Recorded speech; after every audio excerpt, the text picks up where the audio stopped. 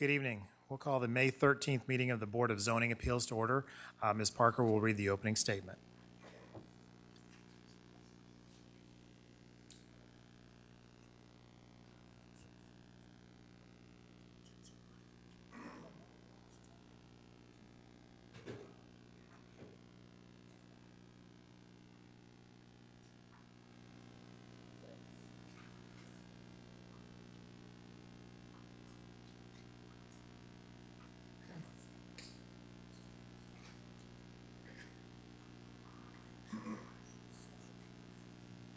Test.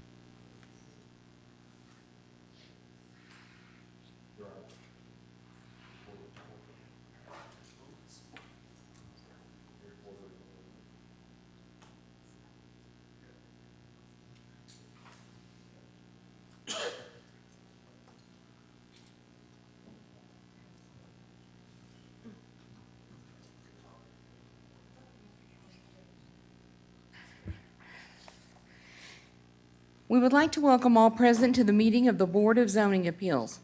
Mr. Jeff Carson is serving as chairman this evening. The format for this meeting is as follows. As each application is called, we would ask that all those both for and against to please come to the front of the room. The applicant will make the opening statement explaining the proposal. Please note that the applicant will be given 15 minutes to present their case. The 15 minutes includes the applicant and any consultants and other members of the applicant's team. Members of the board will then address any questions they may have to the applicant. Any persons wishing to speak in favor will be allowed to do so at that time. Then those persons in opposition will be allowed to make their statements and ask questions. Please note that each member of the public who wishes to speak, either for or against the application, will be given 5 minutes to express their opinions. Time may not be shared between speakers. A speaker at the podium may request to extend their time, and the board may, by 2/3 majority vote, extend any speaker's time in 5-minute increments. The applicant will then answer questions and make a closing statement. All statements at the meeting shall be directed to the board, and cross-conversation among those in attendance is prohibited. Questions between opposing parties shall be directed first to the chairman, who may then ask the proper person to answer, such answer being directed to the board. The public hearing portion of the meeting will then be closed, and the public will only be allowed to address the board if a question is directed to them. The staff will then make their comments and recommendation. The board will discuss the application and make their decision. A brief statement of the reason for the motion will precede the making of the motion. Motions to approve shall include the staff stipulations unless otherwise stated in the motion. Also, all items or exhibits submitted and/or shown either to the board or staff during the hearing will be retained and become part of the official record of these proceedings. The board is required to disclose contacts with regard to any item on the agenda. Before each item, I will ask if any contacts have been made, and members of the board will be asked to disclose those contacts at that time. We ask that anyone with a cell phone to please turn them off or switch to non-audio so you will not disturb the meeting. The first item on the agenda tonight is Appeal Number 2308, Jose Galvin, for property at 1320 South 35th Street. Does any member of the board have any contact to disclose with regard to this application? No. All those for and against, please come to the front of the room.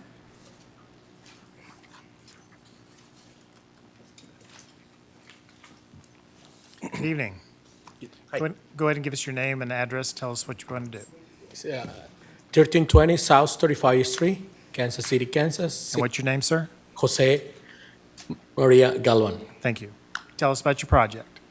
I want to build a garage a little bit bigger than what I got. They got a little bit damaged one, the roof, everything is a little bit collapsed. And it's too small for me. And I got like a couple ATVs and stuff that he don't want to get stolen and stored in. Can I help him a little? Okay, yeah. Could you please give us your name and address for the record, please? Yes, it's Mark Ampenson, Okay, and your address? 7901 West 75th Street. And what's your relationship to this project? I'm just a good friend. Okay, and please speak in the microphone when you speak so we Yeah. can pick you up. Okay, I'm just a good friend of his. okay. You speak, you speak. Anything else you want to tell us about about your project? You're going to remove an existing garage and rebuild a new one? Actually, we're taking down the roof and 3 sides. We're leaving one side up. We're just going to add on to it and make it a little larger than what it is. Okay. Does anyone have any questions? Commissioner Connolly? For some reason, I don't have that in the, on the computer and under the notes. Anybody else have that? I'm not seeing it either.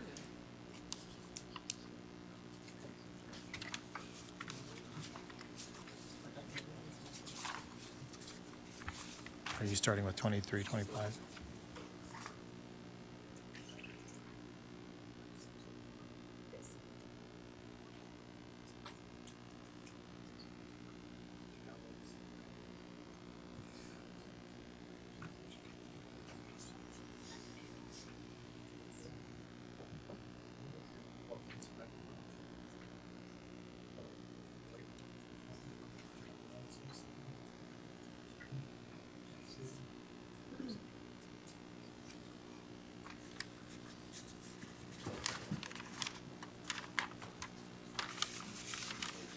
Excuse us for just a minute while we check this out.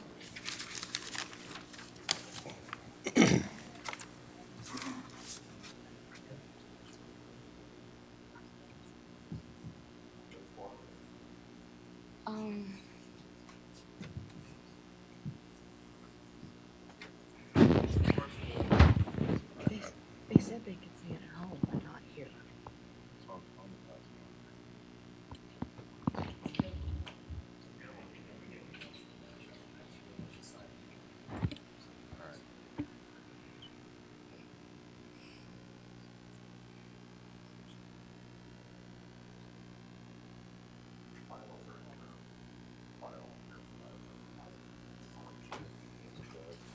Yeah, they're in the plenty chimney.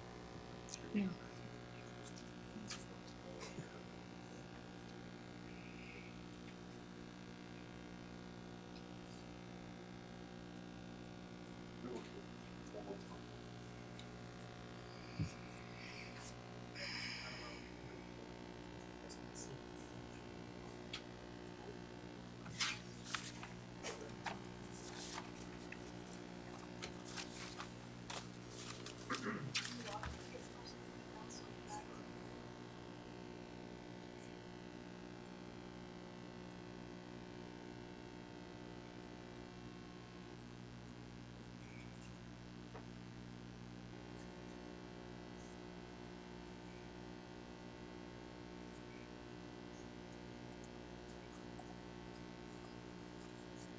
I think we're all trying to log into our emails so we can check our packets, so we can go forward with the case.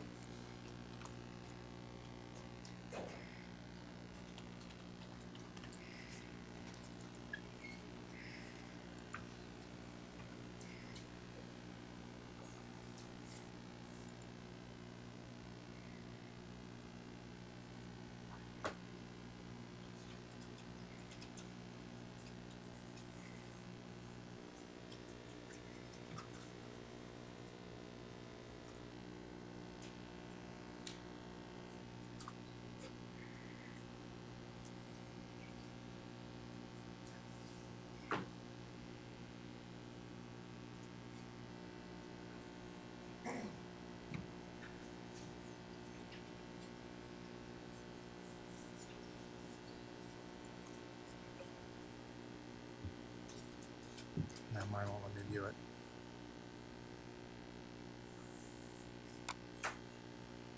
Is that nothing under website? In there.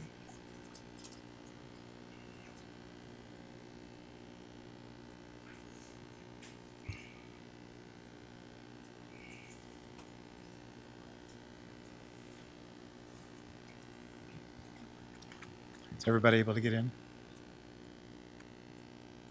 Everyone? Okay. Are there any questions for the petitioner?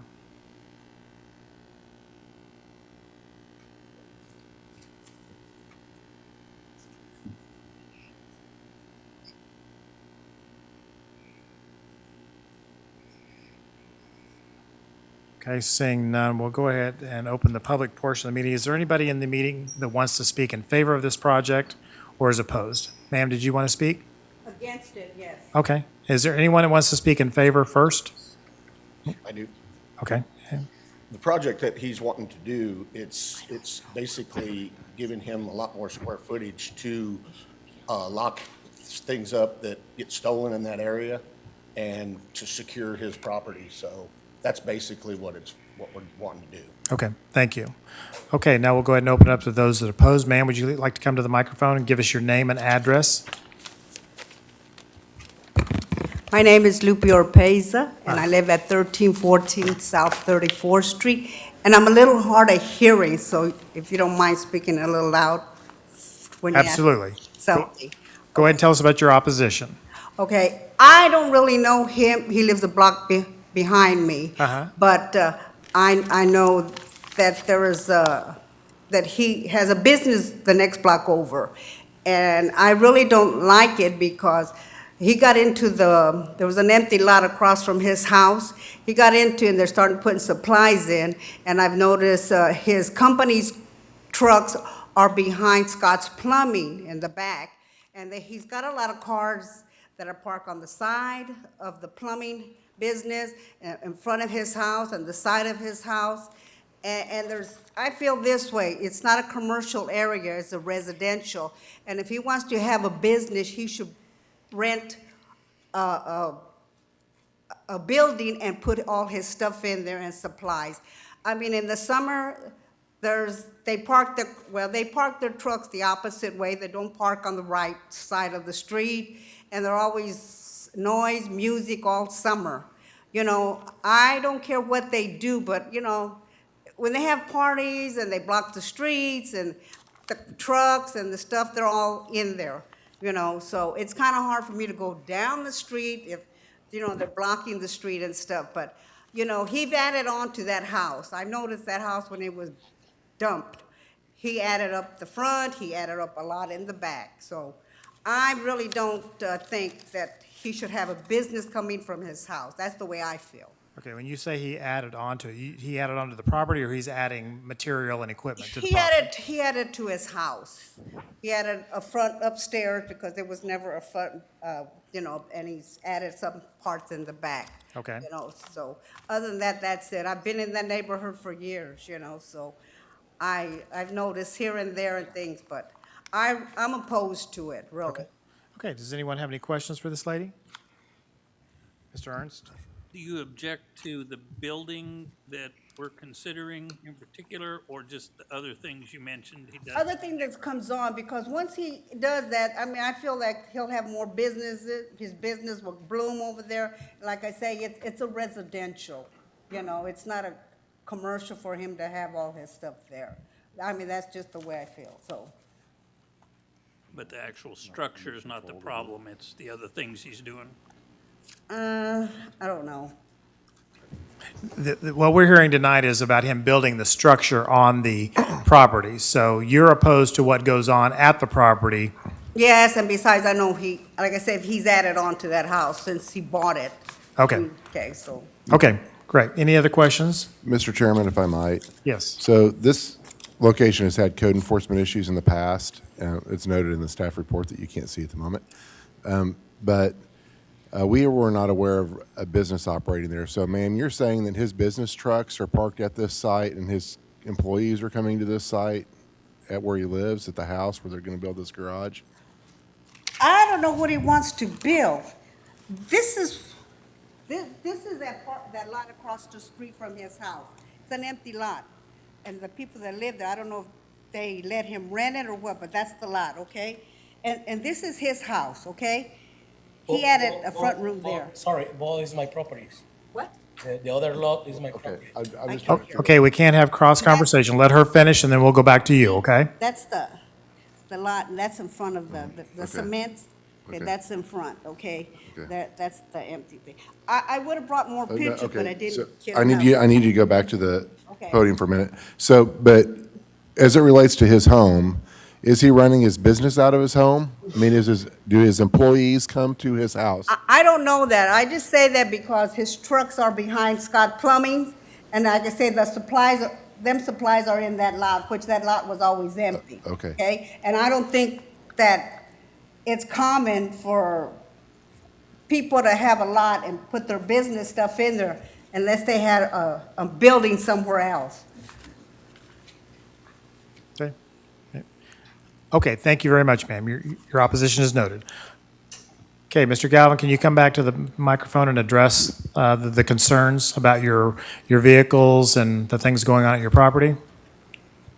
Yeah, I live there, and this is both one of those pictures is my property, 1325 and 1320, that's my property. And in the back, I got 1312, it's my property, 1304 is my property.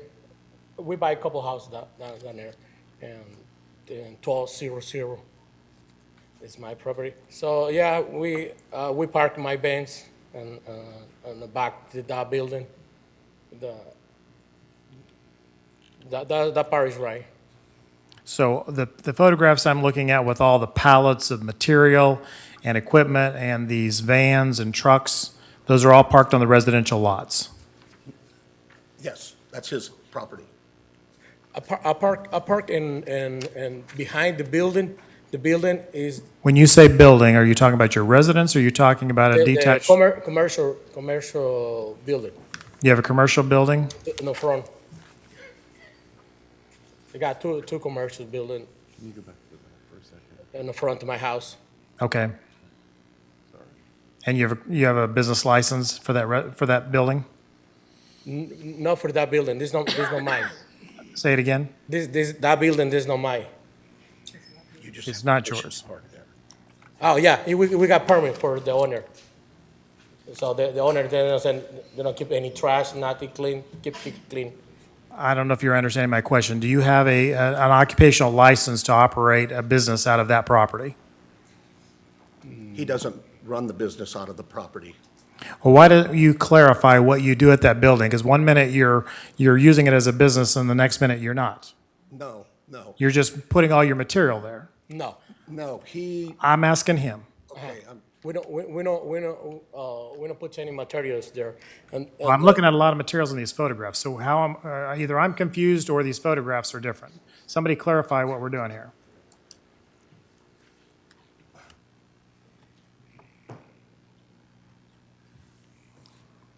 So it appears that this home is across the street from the lot, directly across the street from the lot where the trucks and the materials are being kept. Is that correct? yes, Okay, and we're checking, but it appears that that lot is zoned R1 as well, which would not allow for storage of those materials. And that's a separate property. We would direct him to another process. Doesn't necessarily impact tonight's hearing, except that there's more issues with the property that Mr. Galvin owns, but So why do we have photographs of a property that we're not talking about tonight? well, I think that those were submitted by the neighbor, and they were included because they were submitted. Okay. They're not labeled very well, and my apologies for that, but I'm going to also pass around the pictures that the neighbor gave this evening. And these may be also the pictures that were submitted by the applicant.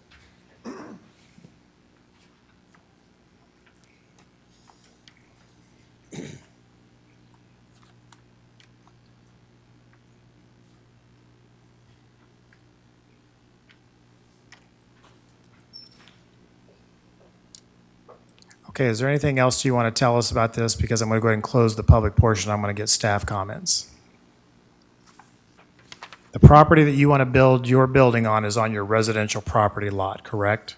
Regardless of the other ones that you own around it, correct? no, yeah. Okay. I'm going to go ahead and close the public portion of the meeting, and I'm going to go ahead and get staff comment while we look at these photographs.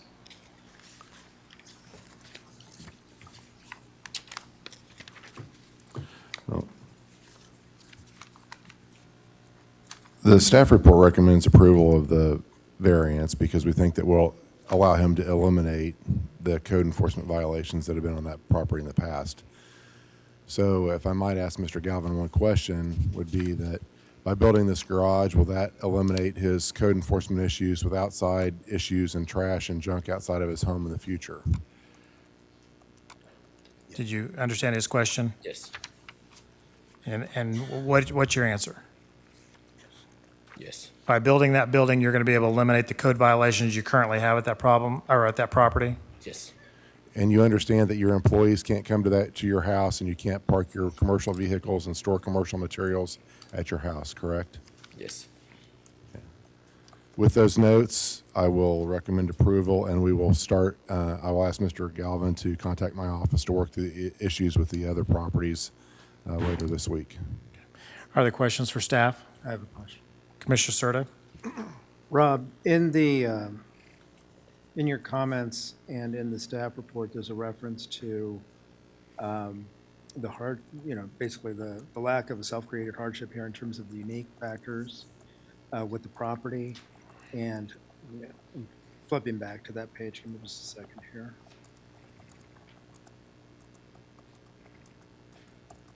You say that the rear yard area is smaller than other yards in the neighborhood because of the unusual length of the house.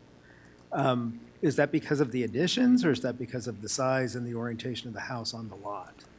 I think he's built onto the house within the allowances of the zoning code, but it is larger than other houses in the area. Okay, so the house is conforming, but that doesn't leave enough space in the yard for an accessory structure to be conforming if he builds it the way he's proposed? Correct.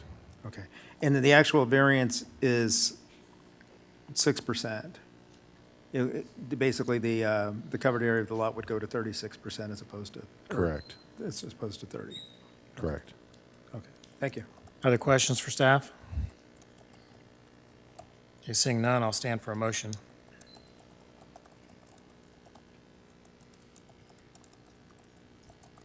I move the Board of Zoning Appeals approve case 2308 with the stipulation that staff follow up on the other issues that were brought before us tonight for other properties. Second. A motion by Commissioner Ernst for approval, seconded by Commissioner Miller. Any discussion?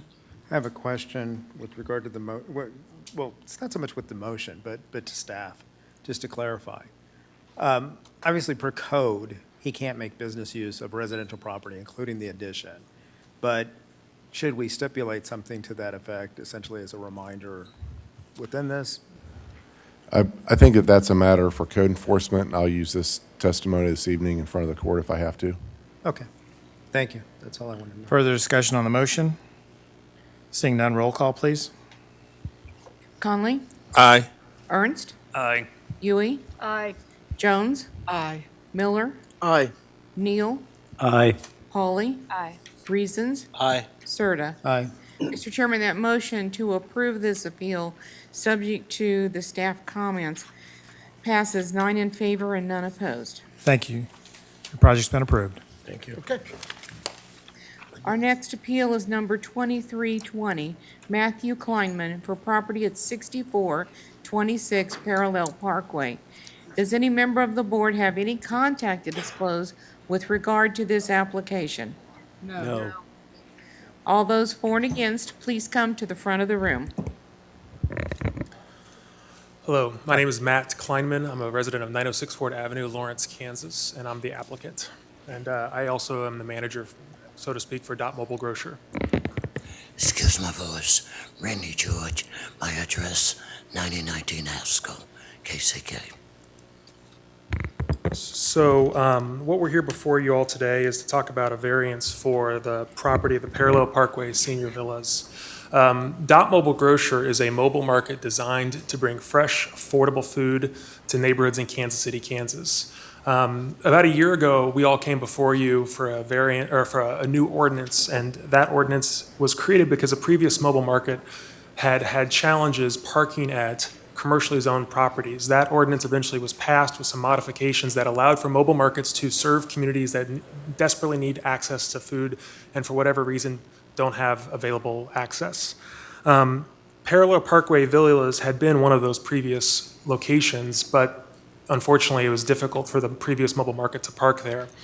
About a year ago, we formed a mobile market community council made up of Wyandotte County residents that makes decisions from our name to our locations to what products we're offering.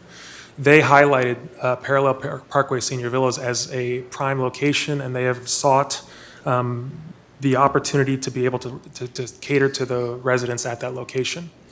When the ordinance was adopted last year that allowed for mobile markets to serve under annual renewal with the Department of Urban Planning, one of the stipulations is that you must not park below your minimum parking requirements.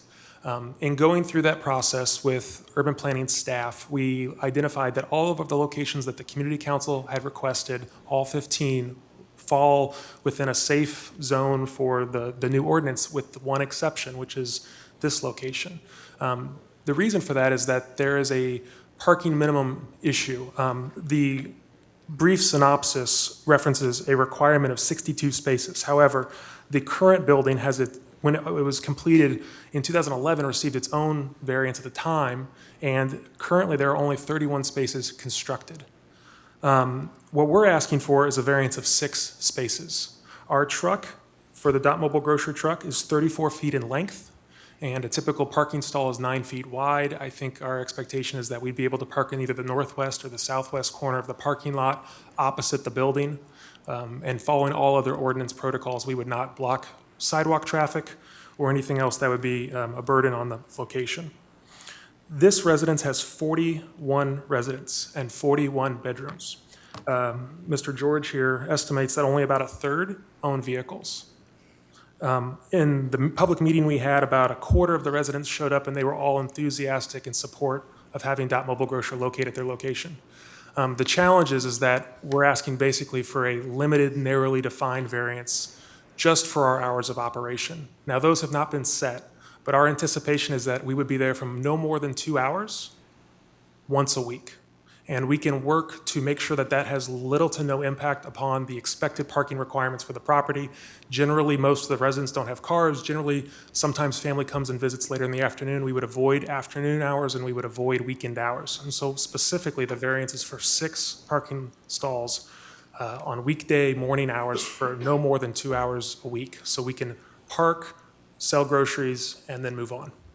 That's it in a nutshell, and I'm happy to answer any questions you all have. Are there any questions for the petitioner? Okay, not seeing any. We'll open it up to the public portion. Does anyone in the audience want to speak in favor of or in opposition to this proposal? Seeing none, we'll close the public portion of the meeting. We'll get staff comment. Mr. Chairman, I would note that those missing staff reports have now been added to that file, and we'd recommend approval subject to the stipulations of the staff report. Are there any questions for staff? Okay, seeing none, we'll stand for a motion. Motion to approve. Second. Motion to approve by Ms. Jones, seconded by Mr. Miller, Commissioner Miller. Any discussion? Yeah, I have. Commissioner Connolly? I mean, he said that it'd only be for 2 hours, but he never did give a date or a time. Is there a specific date or time, Rob, that we're gonna set for? No, it's just 2 hours, one time a week during the weekdays. I can clarify a little bit. Our expectation and what we put in our application is just a ballpark, but right now it would probably be around the hours of 10 a.m. to noon on a Wednesday, as just one example. Our community locations are setting that schedule for us, but that's what we have put forth as one option. So there's no limit on it other than just 2 hours once a week, and they'll let us know when that's going to be. Any further discussion on the motion? Seeing none, roll call. Conley? Aye. Ernst? Aye. Huey? Aye.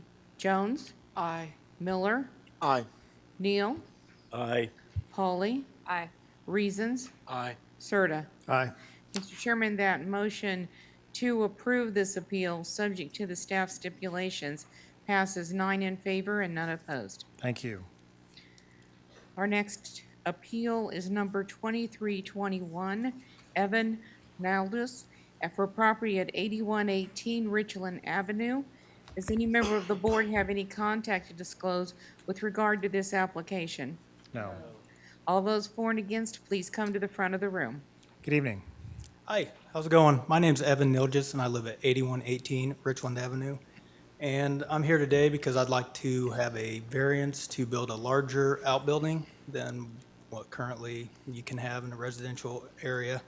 I'm wanting to do a 60 by 75, pretty much for general storage. I have some classic cars I like to keep inside. I have some, like a dump truck that I use. I have a uniloader, a mini excavator, just stuff I mean, I spent a lot of money on it, so I'd like to keep it inside, you know, to keep it as good as possible and not junk the neighborhood up at the same time.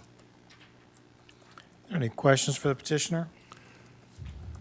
Mr. Chairman, if I might. Yes. So the dump truck and the uniloader and the mini excavator are your personal? They're in no way related to your business? Yes, that's personal, yeah. I don't do any business with it. Thank you. Any other questions for the petitioner? Okay, we'll open up the public portion of the meeting. Is there anyone in the audience who would like to speak in favor of this project or against? Please come forward. Seeing none, we'll close the public portion of the meeting. We'll get staff comment. Thank you, Mr. Chairman. I would just note that we've asked the question if this would be used for business purposes because it is so large, and the answer to that is no.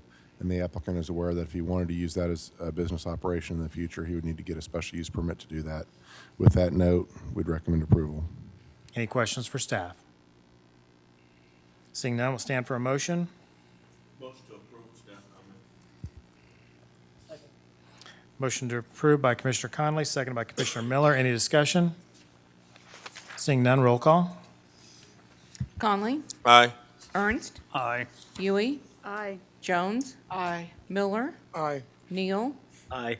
Pauly? Aye. Reasons? Aye. Serta. Aye. Mr. Chairman, that motion to approve this appeal, subject to the staff stipulations, passes. 9 in favor and none opposed. Thank you. Thank you very much. Our next appeal is number 2322, Michael Cogley, for property at 300 Kansas Avenue. Does any member of the board have any contact to disclose with regard to this case? No. All those for and against, please come to the front of the room. Good evening. Good evening. I'm Gary Long. I'm the attorney for Mr. Clawley. My address is 827 Armstrong, Kansas City, Kansas. Okay, could you go ahead and move the mic over toward you so we can hear you a Sorry, little I better? can step over to That's all right. Gary Long. My office is at 827 Armstrong here in Kansas City, Kansas, and I'm representing Mr. Clawley on this application. Okay. Go ahead and tell us about your project. The project is this is a building that was built many, many years ago. It has 2 residential units on the second floor, and Mr. Clawley has contacted the rental department to get those licensed and then add 2 units on the ground floor and turn it into a residential, a fourplex, basically. There is pending on the next meeting his request for zoning change. The problem is the building doesn't allow for any parking spaces, and this is down at 3rd and Kansas Avenue. You can see there's cars parked on 3rd Street. There's one other business, and there would not be any impact to the neighborhood to have this parking variance given for potentially, I think the ordinance is 7 cars. So we're asking that this be approved so that the property can be used as it was originally, which was 2 units upstairs. It was originally commercial on the first floor. The request is, the zoning is, request with the zoning board is to have that changed to allow residential again. Are there any questions for the petitioner or representative? Yes, Commissioner Neal. I see here concerning parking spaces that there is a garage available. Is that correct? Yes. And possibly 4 spaces for parking is available in the garages. That is correct. Okay, thank you. Any other questions? Okay, we'll open up the public portion of the meeting. Is there anyone in the audience that wants to speak in favor of or is in opposition to this project? Please come forward. Seeing none, we'll close the public portion of the meeting. We'll get staff comment. Thank you, Mr. Chairman. I would note that obviously this can't go into effect unless the corresponding change of zone would be approved, recommended for approval by the Planning Commission later this evening, and then approved by the Board of Commissioners and ultimately published. But with that note, we'd recommend approval of this, subject to the change of zone being approved and published. Any questions for staff? Seeing none, we'll stand for a motion. Move to approve, subject to the stipulations of staff reports. Second. Motion by Commissioner Miller, seconded by Commissioner Neal. Any discussion? Seeing none, roll call. Conley? Aye. Ernst? Aye. Huey? Aye. Jones? Aye. Miller? Aye.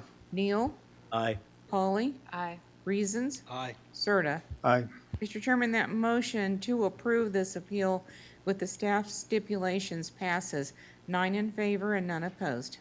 Thank you. Thank you.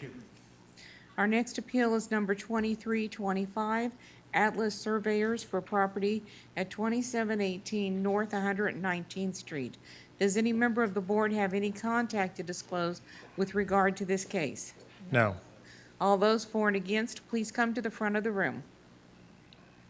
Good evening. How are you? Good. Good. We're just trying to, Go ahead and state your name and address for the sorry. record, please. Andrea Wishop, 2300 Hutton Road, Suite 108, Kansas City, Kansas.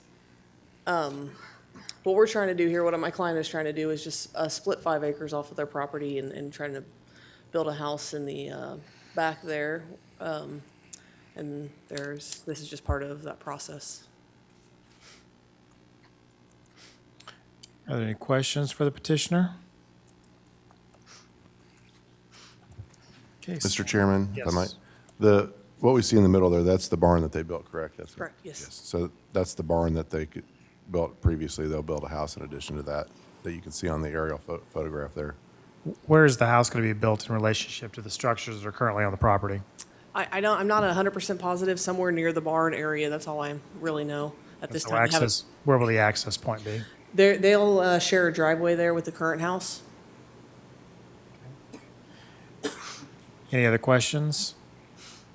Okay, seeing none, we'll open up the public portion of the meeting. Is there anyone in the audience who wants to speak in favor of or in opposition to this project? Seeing none, we'll close the public portion of the meeting. We'll get staff comment. Thank you, Mr. Chairman. We'd recommend approval subject to the stipulations in the staff report, and also note that there's a corresponding change of zone with this application as well. Any questions for staff? Seeing none, stand for a motion. Motion to approve. Second. Motion to approve by Commissioner Huey, seconded by Commissioner Miller. Any discussion? Seeing none, roll call. Conley? Aye. Ernst? Aye. Huey? Aye. Jones? Aye. Miller? Aye. Neal? Aye. Pauly? Aye. Reasons? Aye. Serta. Aye. Mr. Chairman, that motion to approve this appeal with the staff stipulations passes, 9 in favor and none opposed. Thank you. Our next appeal is number 2326, Steve Warger, for property at 340 Southwest Boulevard. Does any member of the board have any contact to disclose with regard to this case? No.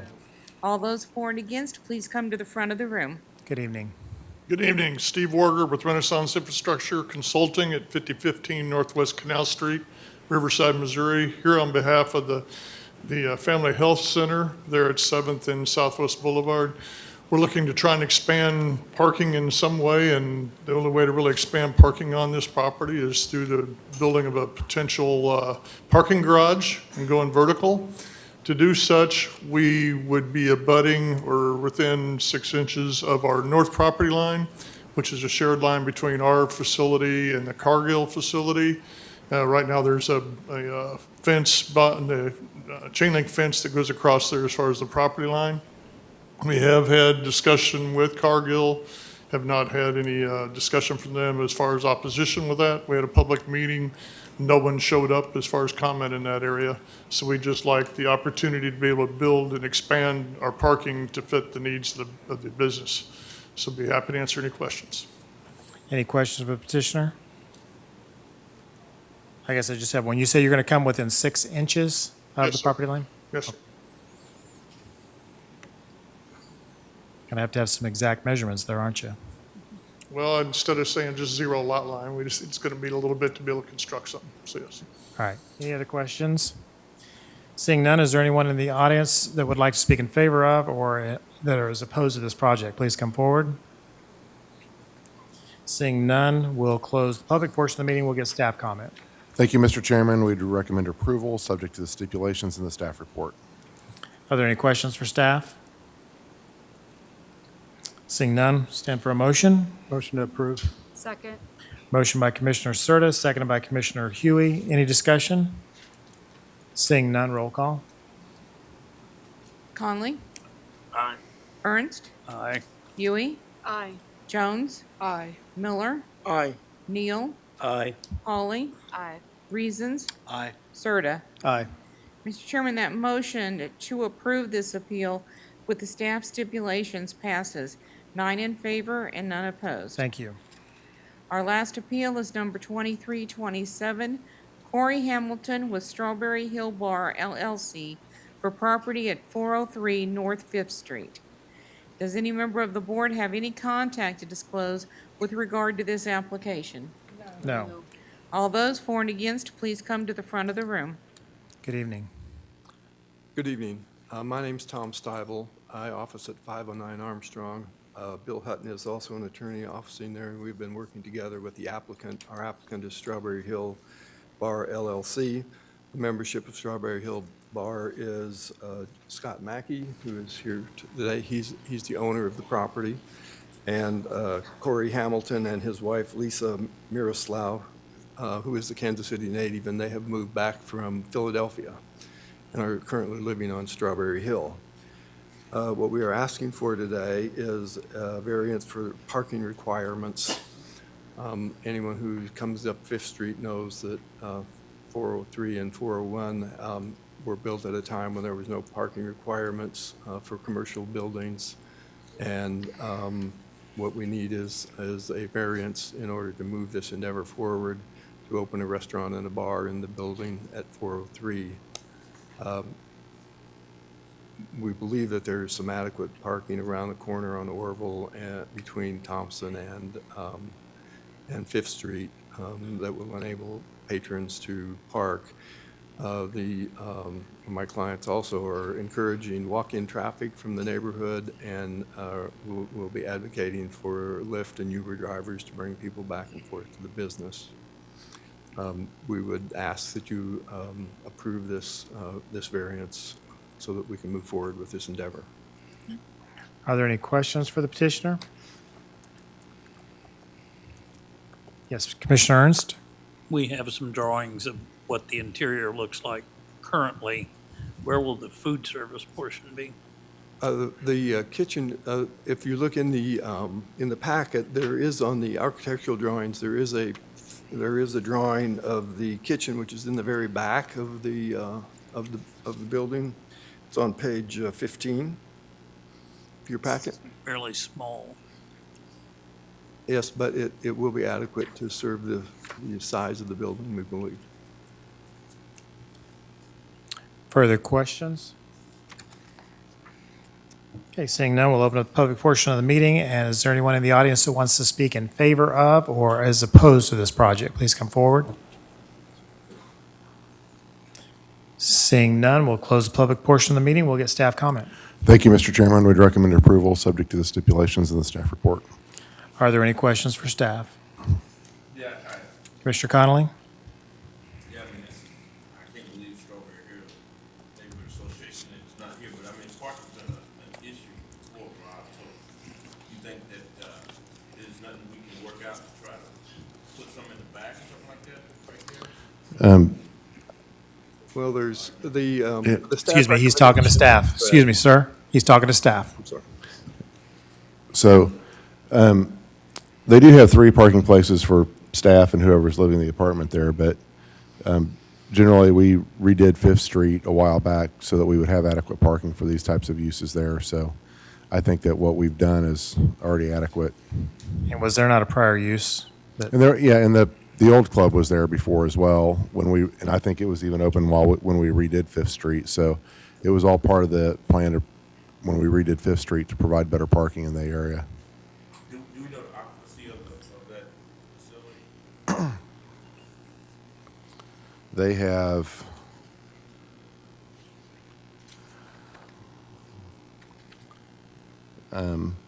I don't know what the fire rating, you want the fire rate occupancy now? I don't know. It would require 18 parking spaces, so that's probably 35 to 45 people, probably. Additional questions for staff? Seeing none, we'll stand for a motion. Motion to approve? Motion to approve by Commissioner Surtis, seconded by Commissioner Miller. Any discussion? Seeing none, roll call, please. Conley? Aye. Ernst? Aye. Yui? Aye. Jones? Aye. Miller? Aye. Neal? Aye. Pauly? Aye. Reasons? Aye. Serta. Aye. Mr. Chairman, that motion to approve this appeal, subject to the staff stipulations, passes 9 in favor and none opposed. Thank you. Mr. Chairman, that concludes the items on the Board of Zoning Appeals agenda. Okay, thank you. We'll go ahead and adjourn the Board of Zoning Appeals meeting, and we will take about a 5-minute recess, and then we'll convene the City Planning Commission. Thank you.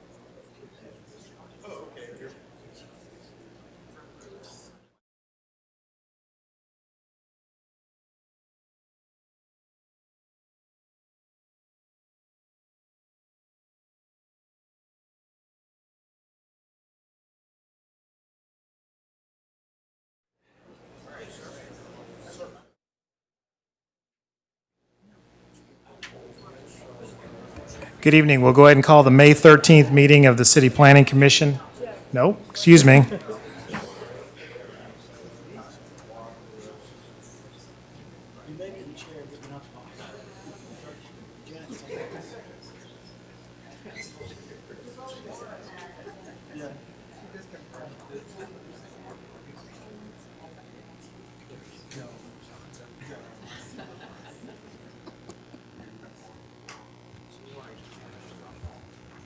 Are you ready?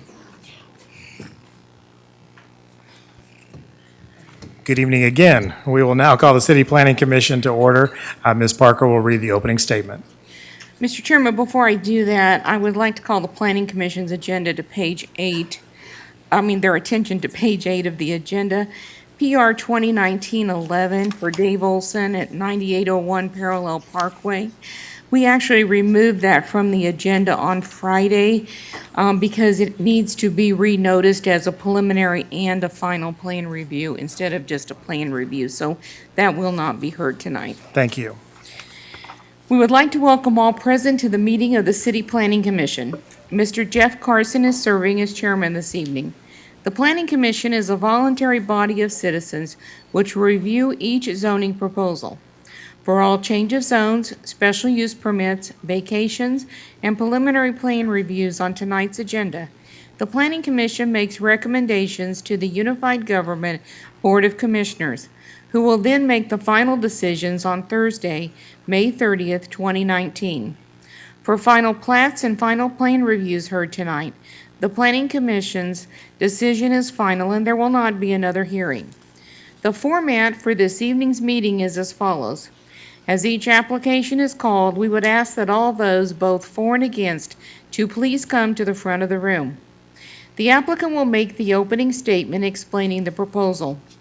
Please note that the applicant will be given 15 minutes to present their case. The 15 minutes includes the applicant, consultants, and other members of the applicant's team. Members of the Planning Commission will then address any questions they may have to the applicant. Any persons wishing to speak in favor will be allowed to do so at that time. Then those persons in opposition will be allowed to make their statements and ask questions. Please note that each member of the public who wishes to speak will be given 5 minutes to express their opinions. Time may not be shared between speakers. A speaker at the podium may request to extend their time, and the Planning Commission may, by 2/3 majority vote, extend any speaker's time in 5-minute increments. The applicant will then answer questions and make a closing statement. The public hearing portion of the meeting will then be closed, and the public will only be allowed to address the commission if a question is directed to them. The Planning Commission will discuss the application and make their recommendation. Also, all items or exhibits submitted and/or shown either to the Planning Commission or staff during the hearing will be retained to become part of the official record of these proceedings. If persons in opposition want to formally protest a change of zone or special use permit, a means is available by a legal protest petition, which can be obtained along with the necessary instructions by calling the Urban Planning and Land Use Department at 573-5750 tomorrow morning. Any application receiving a unanimous vote of recommendation by the Planning Commission will appear on the consent agenda of the Unified Government Board of Commissioners. Unless there is a request to remove an item from the consent agenda by the applicant, a member of the Unified Government Commission, or other interested parties, the Planning Commission's recommendation will be adopted. The consent agenda is heard at the beginning of the meeting at 7 p.m. If you are interested in an item, you should appear promptly on Thursday, May 30, 2019 at 7 p.m. to see what action is taken or to ask that an item be removed from the consent agenda. The Planning Commission will also have a consent agenda as part of their meeting this evening. The consent agenda is the first part of the Planning Commission agenda. Items on the consent agenda are final plats, final plans, or special use permit renewals that have received a staff recommendation to approve. Unless there is a request to remove an item from the consent agenda by the applicant, a member of the staff, a member of the Planning Commission, or other interested parties, the staff recommendation on all of the items on the consent agenda will be adopted by the Planning Commission at one time. I will read a list of agenda items on the consent agenda, and when I have completed the list, the chairman will ask if there are any requests to remove items. This is your time to come to the microphone and request that an item be removed from the consent agenda if you do not agree with the staff recommendation. All items not removed from the consent agenda will be approved by the commission with the staff recommendation. The Planning Commission is required to disclose contacts with regard to any item on the agenda. Before each item, I will ask if any contacts have been made, and members of the commission will be asked to disclose those contacts at that time. We appreciate the attendance of those here this evening, and we recognize the seriousness of each case and each person's opinions, but would like to request that each side keep their comments as concise as possible. Your opinions will be forwarded to the governing body for their consideration in making a final decision. In addition, those who receive notices for this evening's hearing will again receive them for the hearing on Thursday, May 30, 2019. We ask that anyone with a cell phone to turn them off or switch to non-audio so you will not disturb the meeting. I will now read the items on the consent agenda. Consideration of the April 8, 2019 City Planning Commission minutes. Special use permit application SP 2019-10, Jim Gorman with Kansas Gas Service. Renewal of a special use permit for 2 concrete pits, sampling of a variety of pipes for training purposes at 8535 Riverview Avenue. Special use permit SP 2019-39, Teresa Hernandez. Renewal of a special use permit for a miniature horse at 840 Shawnee Road. Special use permit SP 2019-42, Dick Bryant with Richard T. Bryant and Associates, PC. Renewal of a special use permit for live entertainment in conjunction with existing restaurant at 151 South 18th Street. Special use permit SP 2019-54, Ryan Dink with McEnany Van Cleve and Phillips. Renewal of a special use permit for a dirt fill at 7751 South 73rd Street and 1500 R South 73rd Street. Special use permit SP 2019-55, Casey Bond. Renewal of a home occupation special use permit for an Airbnb at 35 South 7th Street Traffic Way. Blue Star Storage, final plat for 1 commercial lot at 510 Southwest Boulevard. Primrose School, final plat for 1 commercial lot at 2205 West 36th Avenue. The items I have just read are on the consent agenda. At this time, does any member of the commission wish to disclose any contact on any of these items? No. Please include the following items as part of the record for all of the items on the consent agenda. The city's currently adopted zoning and subdivision regulations, the official zoning map for the area in question, the city's currently adopted master plan for the area in question, the staff report and attachments dated May 13, 2019, the application and other documents, plans, pictures, and maps submitted by the applicant in furtherance of the case and contained in the official file, the notice in the ECHO for the special use permits, and the notices to property owners. The commission will vote to approve in one vote these items unless someone comes forward and asks that an item be removed from the consent agenda. Thank you. Is there anyone in the audience that wants to remove anything from the consent agenda prior to its approval? Okay, is there anyone on the commission that would like to have anything removed from the consent agenda? Okay, seeing none, I'll stand for a motion on the consent agenda. Motion to approve? Second. Motion by Commissioner Curtis, seconded by Commissioner Huey for approval. Any discussion? Seeing none, roll call. Conley? Aye. Ernst? Aye. Huey? Aye. Jones? Aye. Miller? Aye. Neal? Aye. Pauly? Aye. Reasons? Aye. Serta. Aye.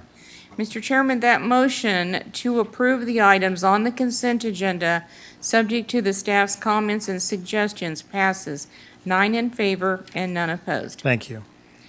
Mr. Chairman, the special use permits will be heard by the Board of Commissioners on Thursday, May 30th, 2019, at 7 p.m. This concludes the consent agenda, and the commission will now move on to the non-consent agenda. For the audience, the commission would request that when an applicant hears their application being called, that they move forward to the microphone along with all those for and against in order to keep the meeting moving. We have 2 items that we're going to hear together. Change of zone application 3187, Veronica Wesselhoff. Change of zone from C1 Limited Business District to C2 General Business District, and also the corresponding special use permit, SP 2019-47. And the use is for a used car lot at 2120 Park Drive. Please include the following items as part of the record for this case: the city's currently adopted zoning and subdivision regulations, the official zoning map for the area in question, the city's currently adopted master plan for the area in question, the staff report and attachments dated May 13, 2019, the application and other documents, plans, pictures, and maps submitted by the applicant in furtherance of the case and contained in the official file, the notice in the Wyandotte Echo dated April 17, 2019, and the notices to property owners dated April 15, 2019. At this time, does any member of the commission have any contact to disclose with regard to this application? No. All those for and against, please come to the front of the room. Good evening. Go ahead and give us your name and address and tell us about your project. This is for Veronica Wesselhoff. Okay, I need you to speak into the microphone, and I need you to give your name and address, and then you can, And my address? yes. Okay, my name is Griselda Rivera, and my address is 78 South 17th Street. And you're speaking on behalf of the petitioner? Yes. And her name Veronica Wesselhoff. and address. 2120 Park Drive. Thank you. Go ahead and tell us about your project. We are just needing to change, wanting to do a change of the building from zone a C1 to a C2. We are interested in doing a car lot. Okay, can you give us a little bit more information on how many cars you're going to be selling on the lot? There are going to be used cars, and we're planning on having 4 to 5 cars. Okay. Any questions for the petitioner? I have one. Ms. Polly? Were you guys aware that you needed to hold a neighborhood meeting? We were what? You needed to hold a neighborhood meeting? Que hizo una junta de neighborhood. Que tienen que ir los que están residentes de ahí de ahí. Yes, Did you have a meeting? we have not. Okay, in order for us to approve this, you have to have a neighborhood meeting. So the only choice you have tonight is for us to hold it over, or we can deny it. If we deny, you have to start all over. Okay, we can hold it over. So the neighborhood meeting, it's the first It's, step. it's a requirement. So you'll need to meet with staff on the requirements for having your meeting and what they need to have as a result of that meeting, okay? Okay. Okay? Yes, Commissioner Miller? I think that there's also some responses needed under the staff comment section. I don't know if Rob wants, that might be, We can cover that when they get a hold of us. okay. Okay, so you understand what we need? We need a neighborhood meeting, and then there's several unanswered questions from the staff report that you'll need to address with the staff when you get with them, Okay. okay? So at this time, yes, Well, Commissioner Miller? And my question was kind of centered around, and this might be just for us, but do you think it should be for 60 days as opposed to 30? If there's that much stuff sitting out there, it's not just a neighborhood meeting. Staff, can we get everything accomplished in 30 days, or do? Okay, at this point, I'll need a motion from the commission then. I moved to hold over for, Sorry. Did you ask for and against? Oh, I'm sorry. Yes. Is there anyone in the audience who would like to speak in favor of or opposed to this project? Okay, seeing none, we'll go ahead and get staff comment. Thank you, Mr. Chairman. We would recommend holding this over, and if the ladies would wait for just a moment, we will get them some contact information so they can get a hold of us. We've been sending this by email, but obviously there might be some language barriers that we weren't aware of. Okay. Is there any questions for staff? I will now stand for that motion. Move to hold over for 30 days. Second. Motion to hold over for 30 days made by Commissioner Miller, seconded by Commissioner Ernst. Any discussion? Discussion, I mean, we've held some stuff over before. Do we need to be specific? They meet with staff? Because sometimes we've held stuff over and they hadn't met the requirements and they come back again. So we want to add that to the stipulation. They meet with staff.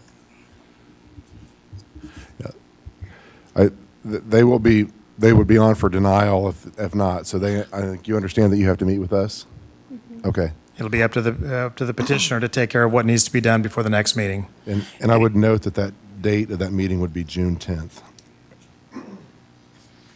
A motion to hold over till June 10th. Any further discussion? And that's for both cases, correct? Correct. Commissioner Miller, is that correct? Yes. Thank you. Roll call, please. Conley? Aye. Ernst? Aye. Huey? Aye. Jones? Aye. Miller? Aye. Neal? Aye. Pauly? Aye. Reasons? Aye. Serta. Aye. Mr. Chairman, that motion to hold over the change of zone and the special use permit until the June 10th, 2019 meeting for the applicant to get with the staff to answer the questions in the staff report and to also hold a neighborhood meeting passes 9 in favor and none opposed. Okay, so at this point, you need to get with staff and get the rest of the material and the information in your neighborhood meeting together before we can hear this again. Okay. Okay? Thank you. Thank you. Next application is change of zone 3188, Michael Coakley. Change of zone from M2 General Industrial District to C3 Commercial District to continue to operate a rental property at 300 and 302 Kansas Avenue.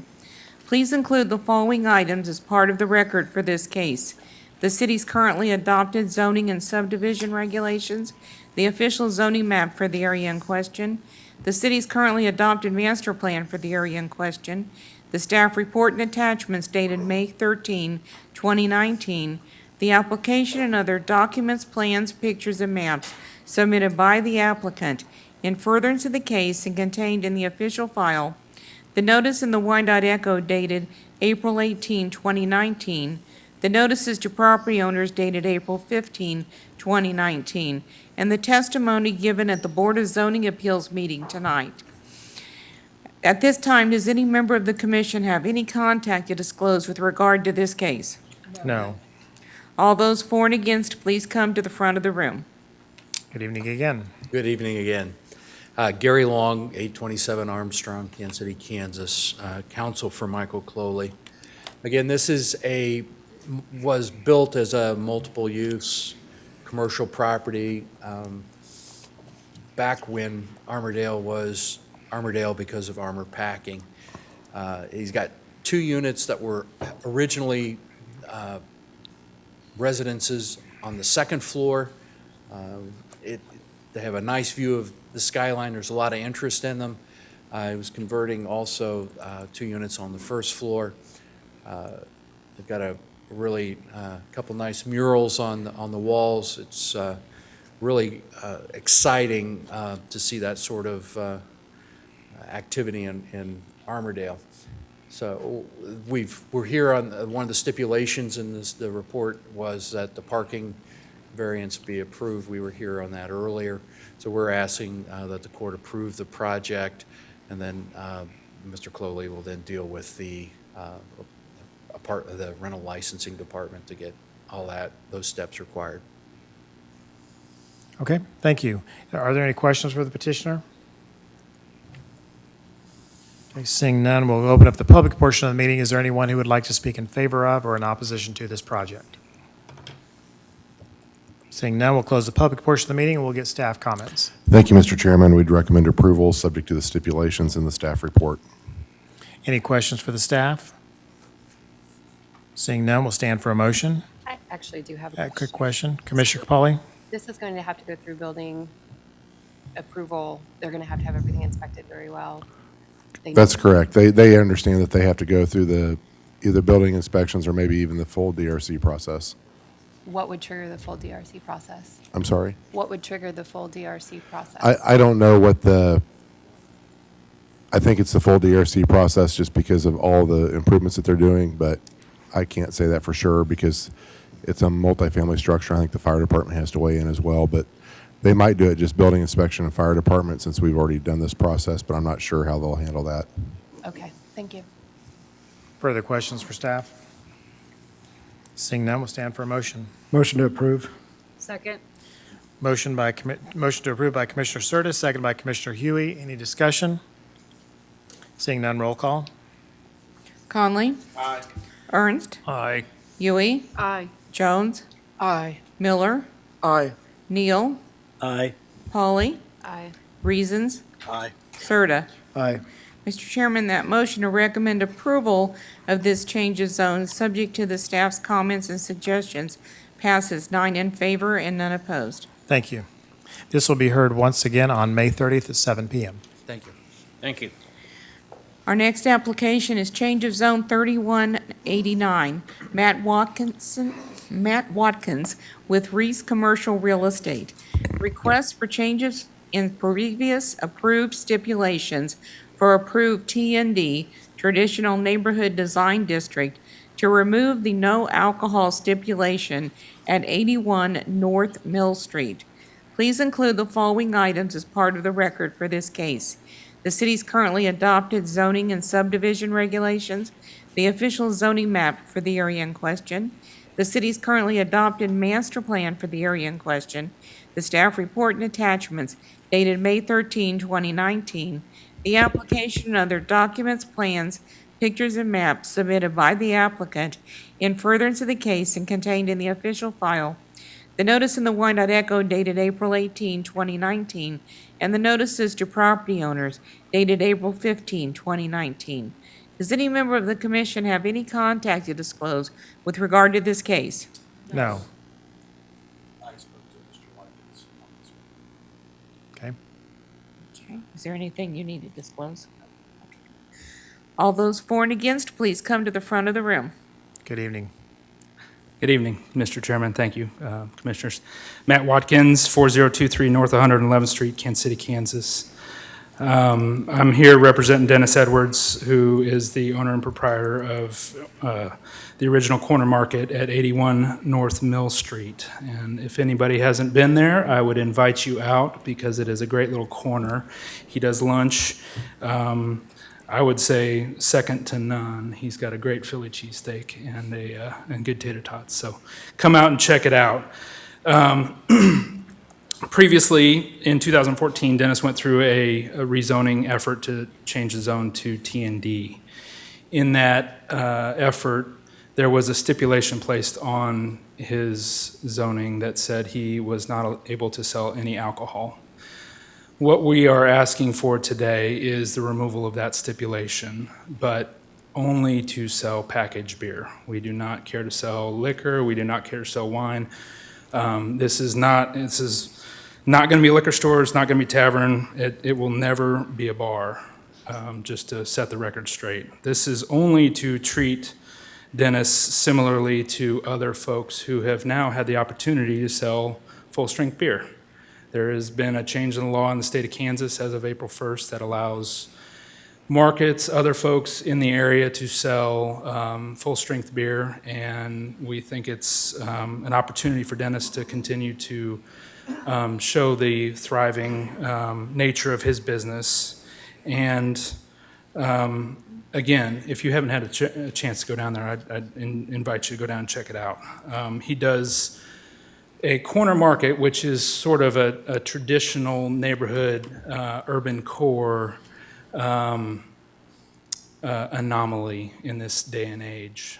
Dennis has survived from owning the property. His family's owned the property since 1959. Dennis took over in March of 2008. In less than 6 months, he really worked to clear a lot of the activity, any of the gang activity, a lot of the violence and other things that were in the area. In addition to having a packaged beer sale license at one time, and then with the change of zone, the stipulation was placed. So what we are asking for is just a return to what he's been able to do previously, but with the change of zone, we had to go back through the process. So in this process, since 2014, he's spent close to $22,000 doing what was necessary for a small business to go through these processes. And I want to bring that to your attention and let you know that he is a willing participant in this, but part of the process is to help small businesses. And I'm here to help a small business tonight because I believe in what Dennis is doing for the community. He's a vital part of the community fabric. And anybody who goes down there will see that, and they know that what he does for the neighborhood is invaluable to continuing to support the neighborhoods. So if you had any questions, I'm happy to answer any of those, but what we're asking for is the opportunity for him to sell packaged beer tonight. Thank you. Is there any questions for the petitioner's representative? Commissioner Serta? I have a quick question. Matt, in one of the photographs in the staff packet, there's a for sale sign on the fence. The property, is it listed for sale now? It is not listed. Dennis has had the for sale sign out previously. He went through a couple of iterations where he thought he might sell it at one time, but I don't know that he's received any real interest in it. He's not actively offering it for sale, but in the photo, I caught an image of that. Okay, thank you. Other questions? Commissioner Neal? Do you feel that any business is going to be lost if he doesn't sell packaged beer? I mean, is he going to lose money? Is it going to change the business? No, I don't know that would happen. No, I mean it's more about allowing him to be more competitive with the other folks that are in the neighborhood, and it's more about him having the opportunity to really enhance what he's doing. You know, he's talking about bringing on another employee, continuing to add to the neighborhood experience there. He does a great service for the neighborhood. And in our neighborhood meetings, we got nothing but resounding support. Everybody was excited to be there and happy about what he was talking about doing. So I make sure I noted that. What kind of competition is in the neighborhood there? On 10th Street, if you go down 10th Street, there's competition from restaurants and other folks that may or may not be somebody who he would need to compete with. And then if you go over 7th Street on the corner there are two service stations that really, they're allowed to sell packaged beer. Okay, thank you. Yep. Other questions? Okay, seeing none, we'll open up the public portion of the meeting. Is there anyone in the audience who wants to speak in favor of or is opposed to this project? Okay, seeing none, we'll close the public portion of the meeting. We'll get staff comment. Thank you, Mr. Chairman. I would echo Mr. Watkins' compliments of the lunch that's served there and note that it is a very nice property. As you can see from the pictures in your staff report, he's done a lot of work there. With those comments, I'd recommend approval subject to the stipulations in the staff report. Any questions for staff?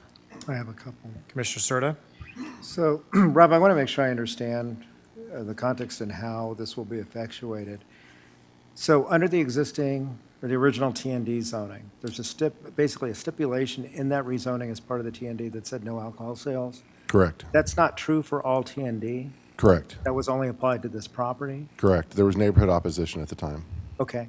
So, if there is a waiver of that through this action, and there's a concern that the sales be limited just to packaged beer, why are we not simply essentially affecting that as part of the zoning? If I'm reading the staff report correctly on page 6, it looks like there would be a separate unilateral agreement that the petitioner would be required to offer to the unified government that would be recorded. Yes, we've done that on some cases in the past. We don't do that very often, but if you don't feel it's necessary, we could eliminate that part Well, of that. it's not a matter of whether I feel it's necessary. To me, it's a question of binding future owners. I'm not concerned about the current use, and that's the reason why I asked the question about the for sale sign, because it seems like the staff concerns in reservations and the issue with potentially establishing a precedent for other similar uses in other areas would be with regard to a future user or owner of this property. Let me pose a hypothetical to you. With this approval, let's assume that was not recorded. That restriction to packaged liquor was not recorded. Would it be feasible for a future owner to basically turn the property into a liquor store and make it only No. packaged beer sales? No. Oh, that they would only sell packaged beer there and Yeah. nothing else? Because we're allowing them to do that, right? I'm just, Yeah, I'm, it's not- I'm- that I'm doesn't just- really I'm meet not the suggesting this is going to definition, happen. right. I'm trying to push the limits here to understand exactly how this is going to work down the line, because I think that's the kind of hazard that we're trying to avoid, and want to make sure that we approach that in the proper way to make sure that that doesn't happen. Yeah. So this is a little bit more of an in-depth answer than you may want. But so since the law has changed, we've had several restaurants that have wanted to sell packaged beer. And I've said, no, you'd have to go through a special use permit, because restaurants don't sell packaged beer to walk out the door with, because then you kind of do become like a liquor store. Sure. And I've invited them to go through the process, but nobody's taken me up on that yet. And we might change that as we go into the zoning code rewrite, but as the current code is written, it wouldn't be allowed that way. Because the zoning code says for restaurant with consumption on premise only. So the code actually prohibits that currently for people to sell at a restaurant, to sell liquor to go or beer to go. But in this case, this isn't a restaurant. It's just, it would become more like a convenience store. Yeah. And as long as there was both convenience and the alcohol there, would be okay. If the convenience part went away, then it would just be a liquor store. There has to be and it would be mixed sales. subject to all of the special use permit requirements of the liquor stores. Okay. So I don't think it's an issue of somebody selling it, and Okay. what they are doing is a convenience store and a little bit of restaurant, a deli with packaged beer sales, because they sell other items to go as well. Okay. So, but just to restate it then, so to truly become a liquor store, they'd have to have an SUP anyway, right? Correct. Under the current zoning. So that prohibits and restricts that concern. Correct.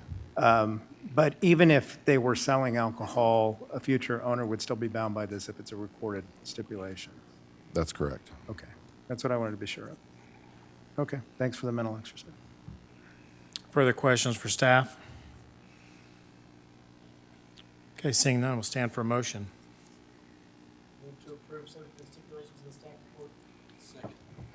Motion approved by Commissioner Miller, seconded by Commissioner Reasons. Any discussion? Seeing none, roll call. Conley? Aye. Ernst? Aye. Huey? Aye. Jones? Aye. Miller? Aye. Neal? Aye. Pauly? Aye.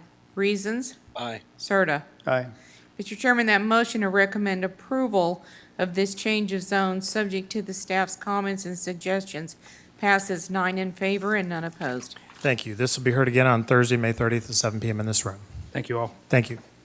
Our next application is change of zone 3191, Atlas Surveyors.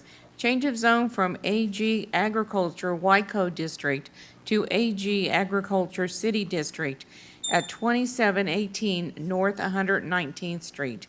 Please include the following items as part of the record for this case: the city's currently adopted zoning and subdivision regulations, the official zoning map for the area in question, the city's currently adopted master plan for the area in question, the staff report and attachments dated May 13, 2019, the application and other documents, plans, pictures, and maps submitted by the applicant in furtherance of the case and contained in the official file, the notice in the Wyandotte Echo dated April 18, 2019, the notices to property owners dated April 15, 2019, and the testimony given at the Board of Zoning Appeals meeting this evening. Does any member of the commission have any contact to disclose with regard to this application? No. All those for and against, please come to the front of the room. Good evening. Hi, how are you guys? Andrea Wishup, Atlas Surveyors, 2300 Hutton Road, Kansas City, Kansas. So as we spoke earlier, my client would like to put a house on the back portion there, or towards the middle of the property itself, and we'll have to split off 5 acres to do that. And in splitting that 5 acres, will no longer meet the requirements for Ag Wyco, which is why we need to switch it to Ag City. And once again, just for the record, we're going to have a shared driveway, Yes, sir. correct? Any questions for the petitioner? Okay, seeing none, we'll open up the public portion of the meeting. Is there anyone who wants to speak in favor of or in opposition to this request? Seeing none, we'll close the public portion and get staff comment. Thank you, Mr. Chairman. We'd recommend approval subject to the stipulations in the staff report. I just have one question, Rob. Is this, I mean, I know they'll have the shared driveway. There's no issue with the property being landlocked or anything like that, is the? No, I so think- if you notice on page 9 of the staff report, the plat line is drawn along the driveway there, and there'll be an easement on the plat that allows the shared driveway. Gotcha, thank you. Any other questions for staff? Seeing none, we'll stand for a motion.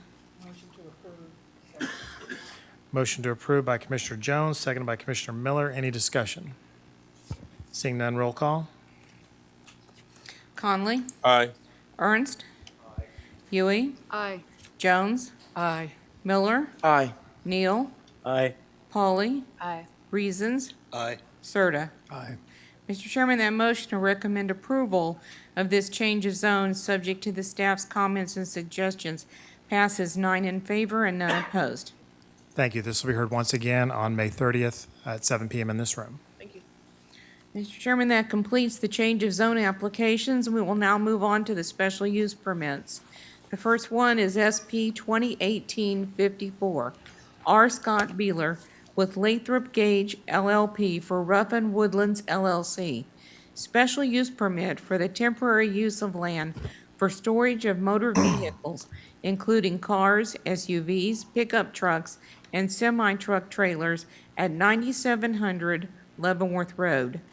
Please include the following items as part of the record for this case: the city's currently adopted zoning and subdivision regulations, the official zoning map for the area in question, the city's currently adopted master plan for the area in question, the staff report and attachments dated May 13, 2019, the application and other documents, plans, pictures, and maps submitted by the applicant in furtherance of the case and contained in the official file, the notice in the Wyandotte Echo dated April 4, 2019, and the notices to property owners dated April 2 and May 7, 2019.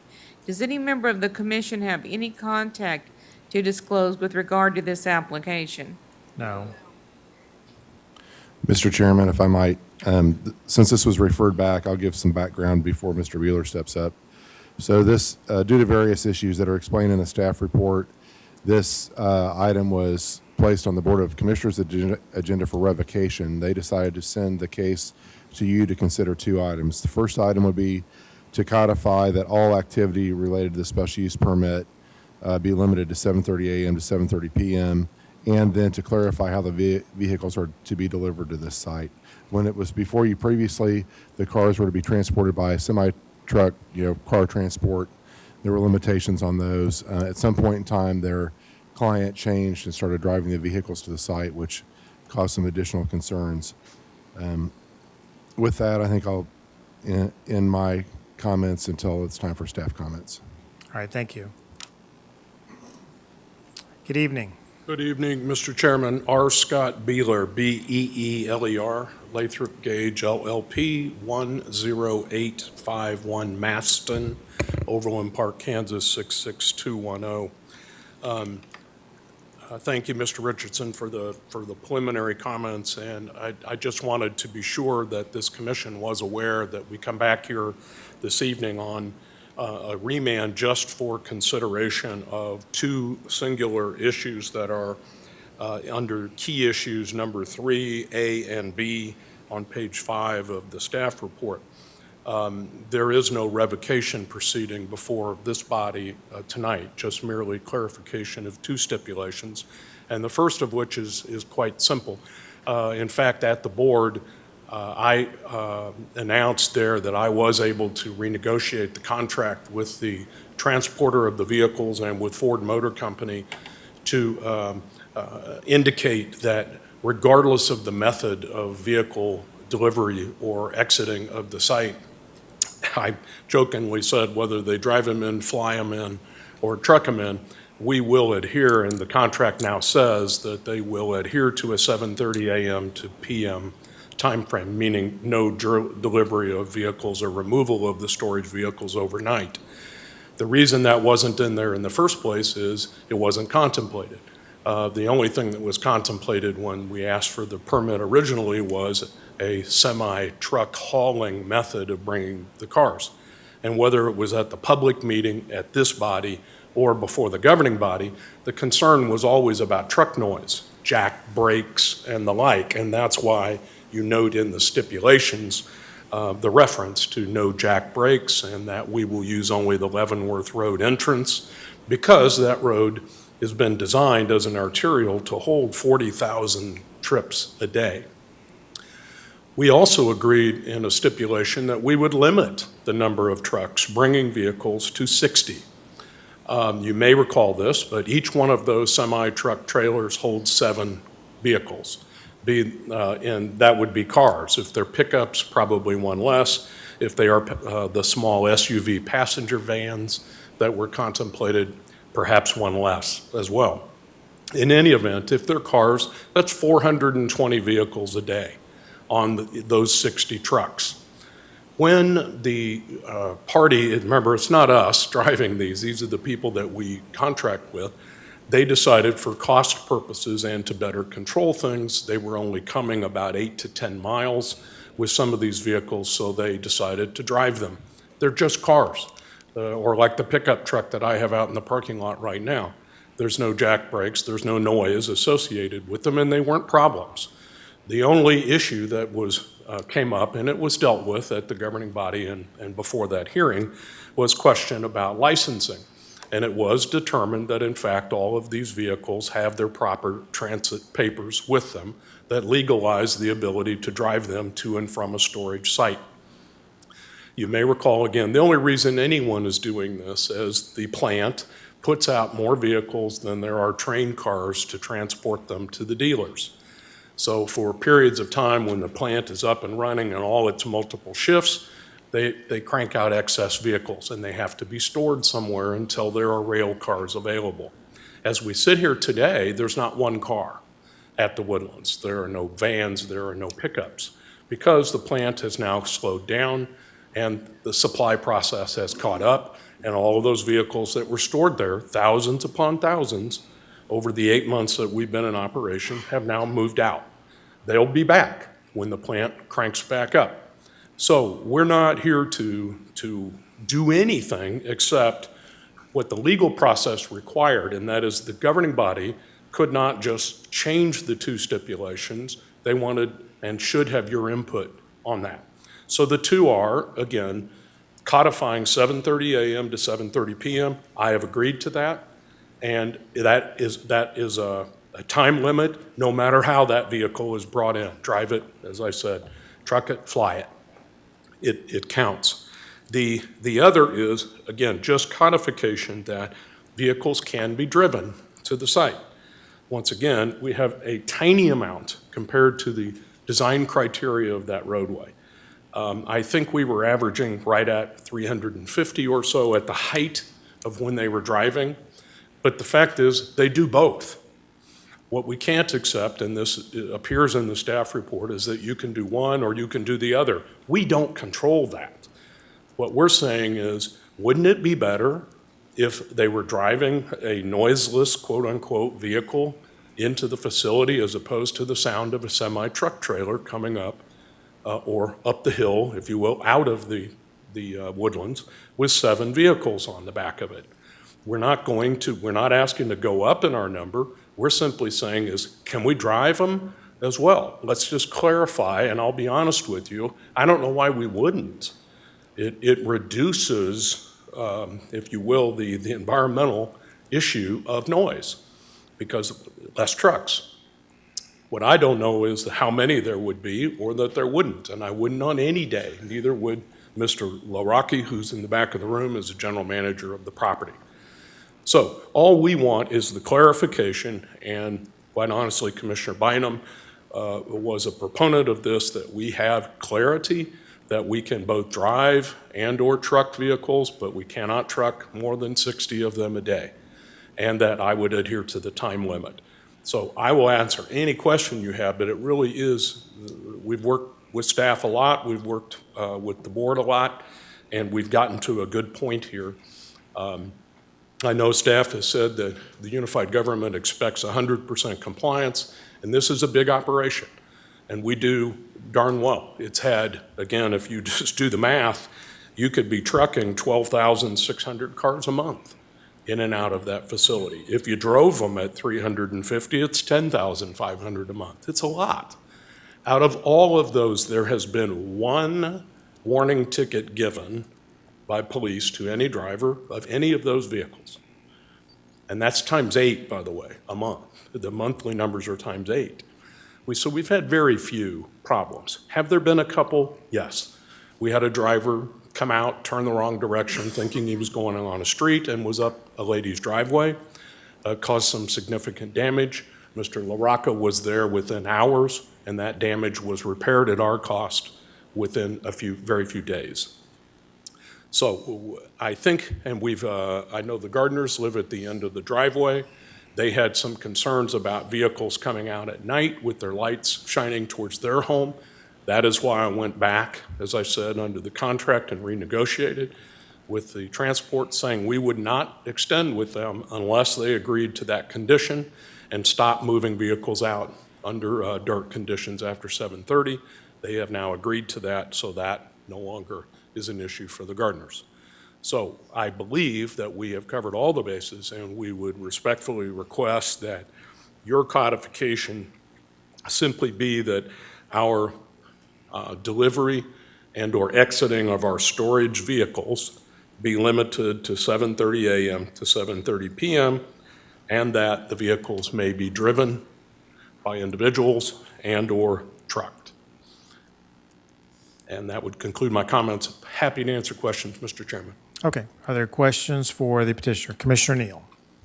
So just so I understand what you're saying, you're basically disagreeing with statement 3 on on page 6, which states that they can be trucked in or they can be driven in, but not both on the same day. I do disagree, and if I may offer a quick hypothetical of that.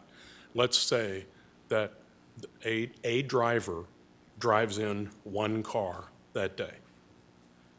What am I left with? I mean, now there's 59, or one truck comes in. I'm left with then 59 more trucks is the mandate, and you may not drive any vehicles. It just doesn't make any common sense. What I'm suggesting is if they want to drive them, that's great. That's great for everybody. But sometimes, because I know they do, they will bring transport trucks. And that's where we've agreed to the 60 limitations that we can control. The whole issue here has been clarity, making sure we are clear, and the less complications, if you will, I think the better it's going to be for everyone. If we just say you can drive them, but if you truck them, you're limited to this amount. I hope that answers your question. Further questions? Mr. Chairman? Yes. So, Mr. Beeler, I think the clarity would be great to know maximum number of cars to be driven in a day, if there's a maximum of whatever the truck number was, how many cars is there maximum cars to be driven in there a day? So we have some idea of what this is really going to be. Because I think that just saying you can drive however many cars you want in there just creates further unclarity than what we have today. I don't think there's any intention, and I'll turn to Mr. LaRocca back here, but again, we're limited to 420 in terms of our 60 trucks. So I'm not asking that we be able to drive in 800 or something like that. I don't mind the 420 limitation, because then, as I said, I don't have to, or Mr. LaRocca doesn't have to, stand out and count 6 on this truck and 3 drive in and 7 on that truck. That's just an impossible task, and an accident probably already happened, much less waiting to happen. So I don't mind the limitation of 420, Mr. Richardson, if that. So 420 no matter how they're delivered? Yes, sir. Okay. Is that all right, Jamie? Further questions? Okay, we're going to go ahead and open up the public portion of the meeting. Is there anyone in the audience that wants to speak in favor of the petition? Please come forward. You're here to speak in favor?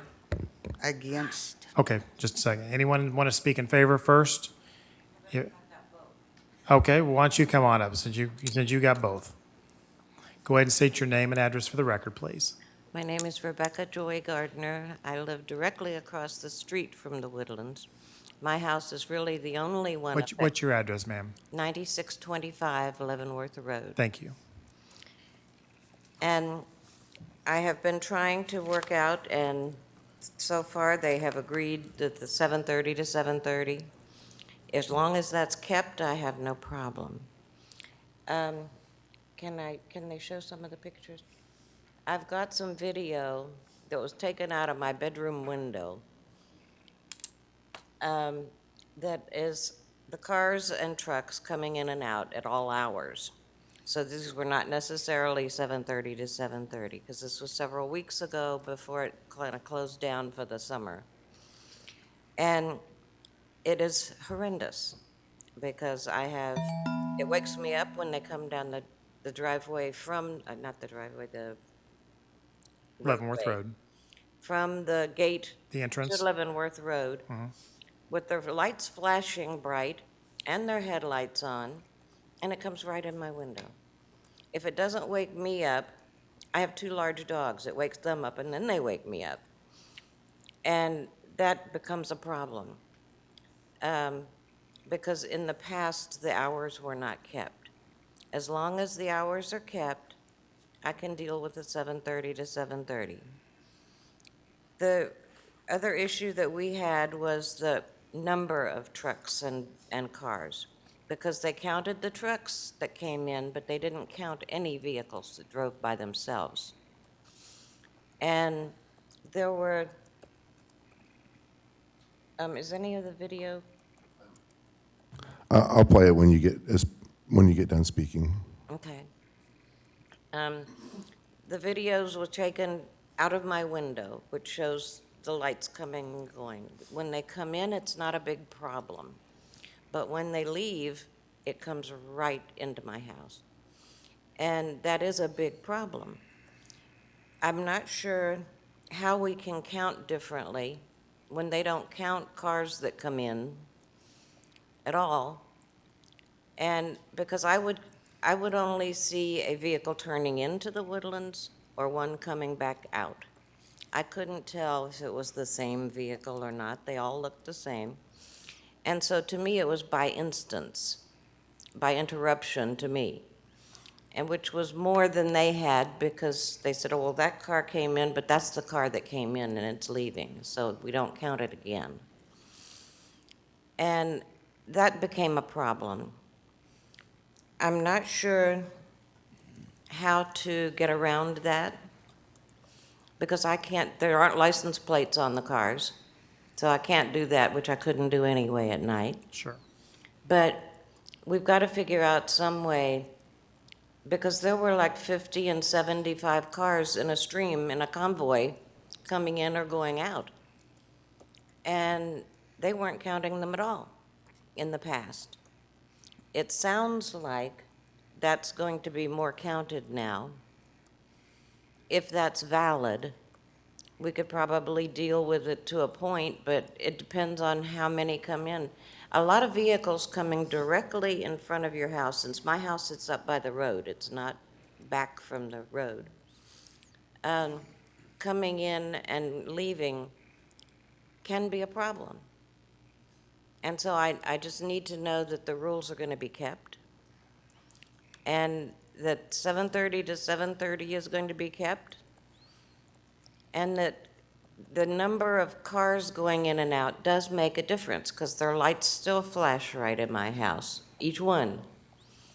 And whether it's 5 that come in together or 50 that come in together or more, or leave in a caravan, it makes a big difference to my household. Ma'am, you have 1 minute.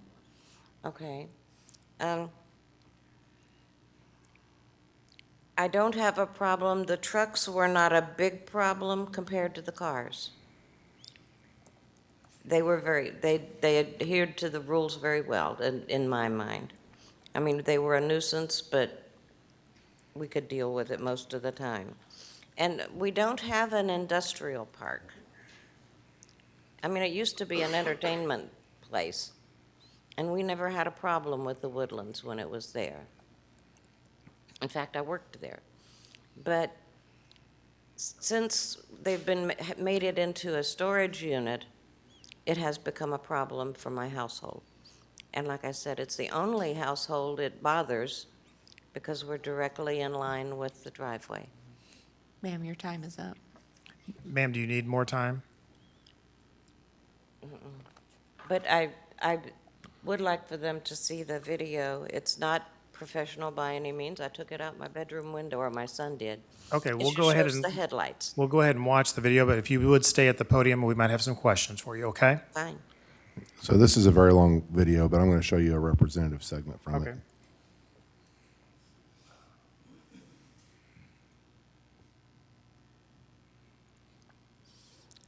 I had brought in today, by recommendation, some 11, 12, 13.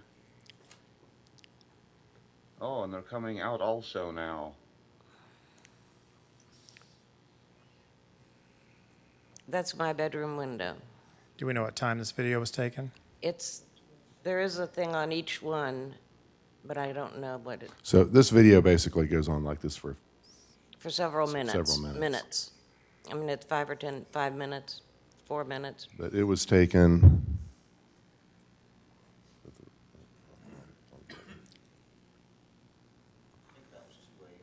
2 a.m.? Like I said, the 7:30 to 7:30 was just not in effect ridiculous. at that point.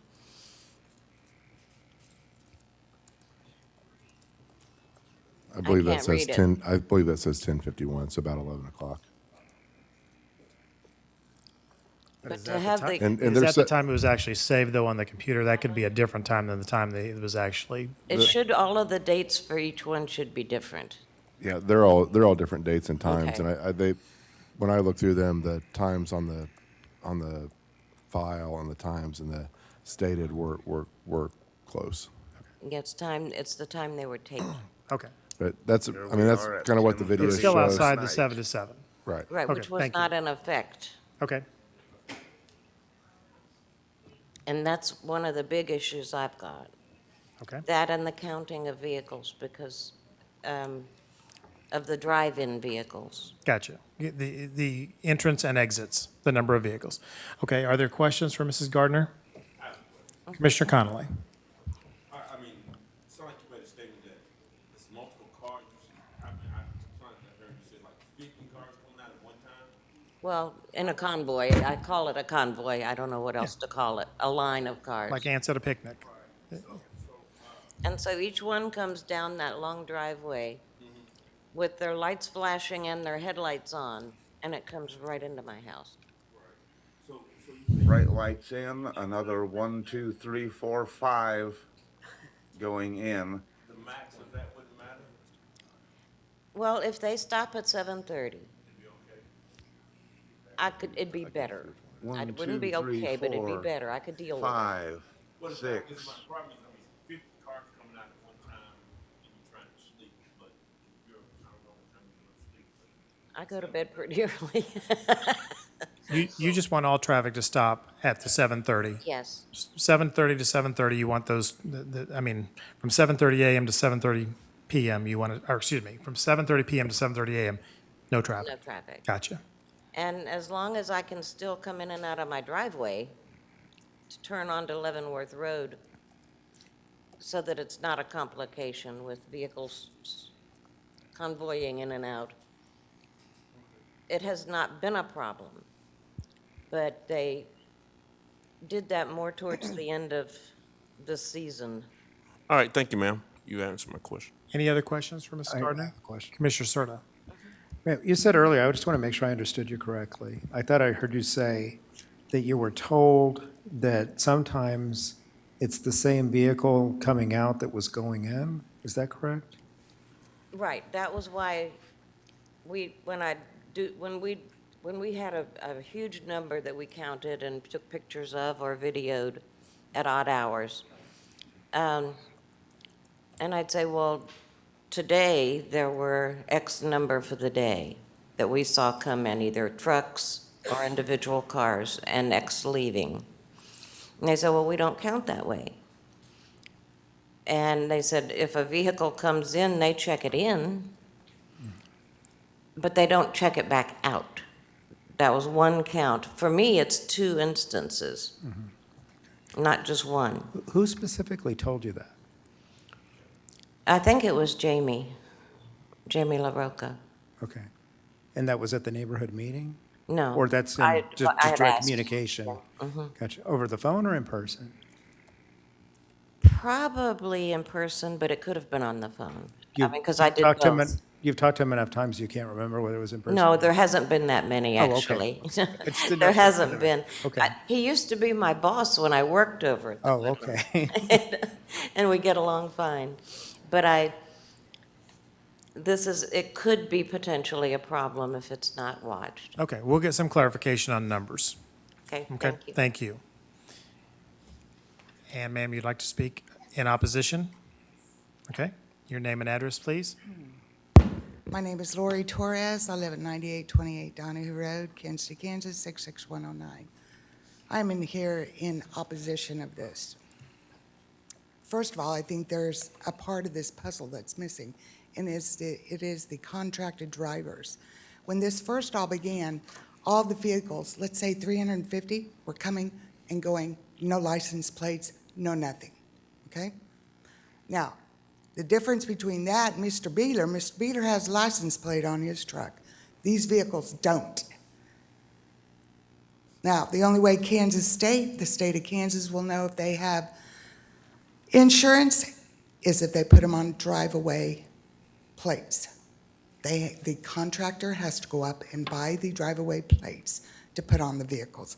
Now, they're being driven from 51st and Kansas Avenue to 99th and Leavenworth Road. That's a long ways for no license plate. All of a sudden, after I contacted Rob Richardson, it went in front of legal. Legal said there must be license plates on all these vehicles. It's already been to legal once. Must be license plates. The vehicles now show up with Kentucky drive-away tags, okay? I called DMV in Kentucky. Kentucky drive-away tags are good from point A in Kentucky to point B in Kentucky. This is Kansas. Starts with the same letter, different drive-away plate. Okay? Good from point A in Kentucky to point B in Kentucky.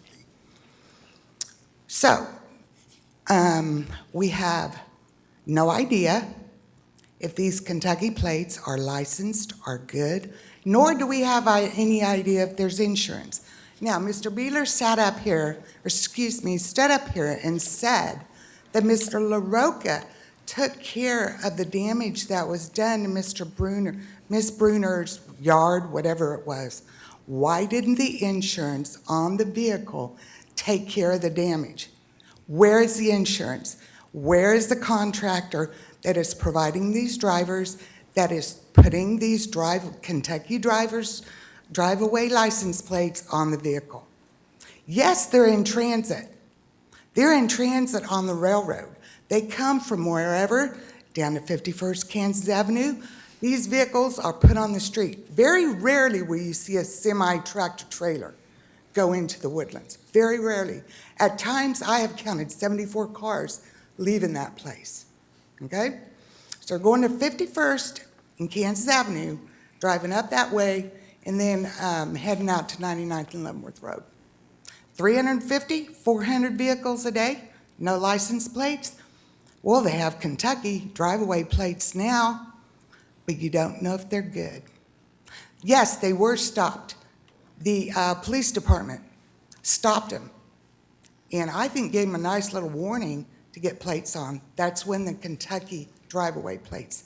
The contractor that does their driving is out of Kentucky, okay? They do have one over in Missouri. I looked it up. Where is the contractor? Where is the insurance? Where are the Kansas drive-away plates? This is Kansas. It's not Kentucky. There's a lot of old people. There's a lot of 16-year-olds that just got their driver's license.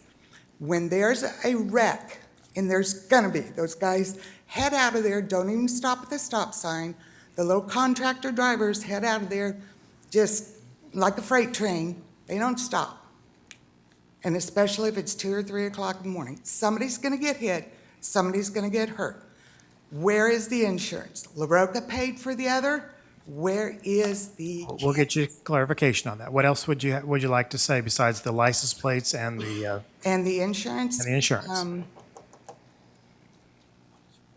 That they keep what they told the community in the community meeting. It should be, they were open from 7:30 to 7:30. That's what Mr. Beeler told everybody at the community meeting. It's in the minutes, if you want to read it. Okay. So. Licenses, insurance, and hours of operation are your biggest concern.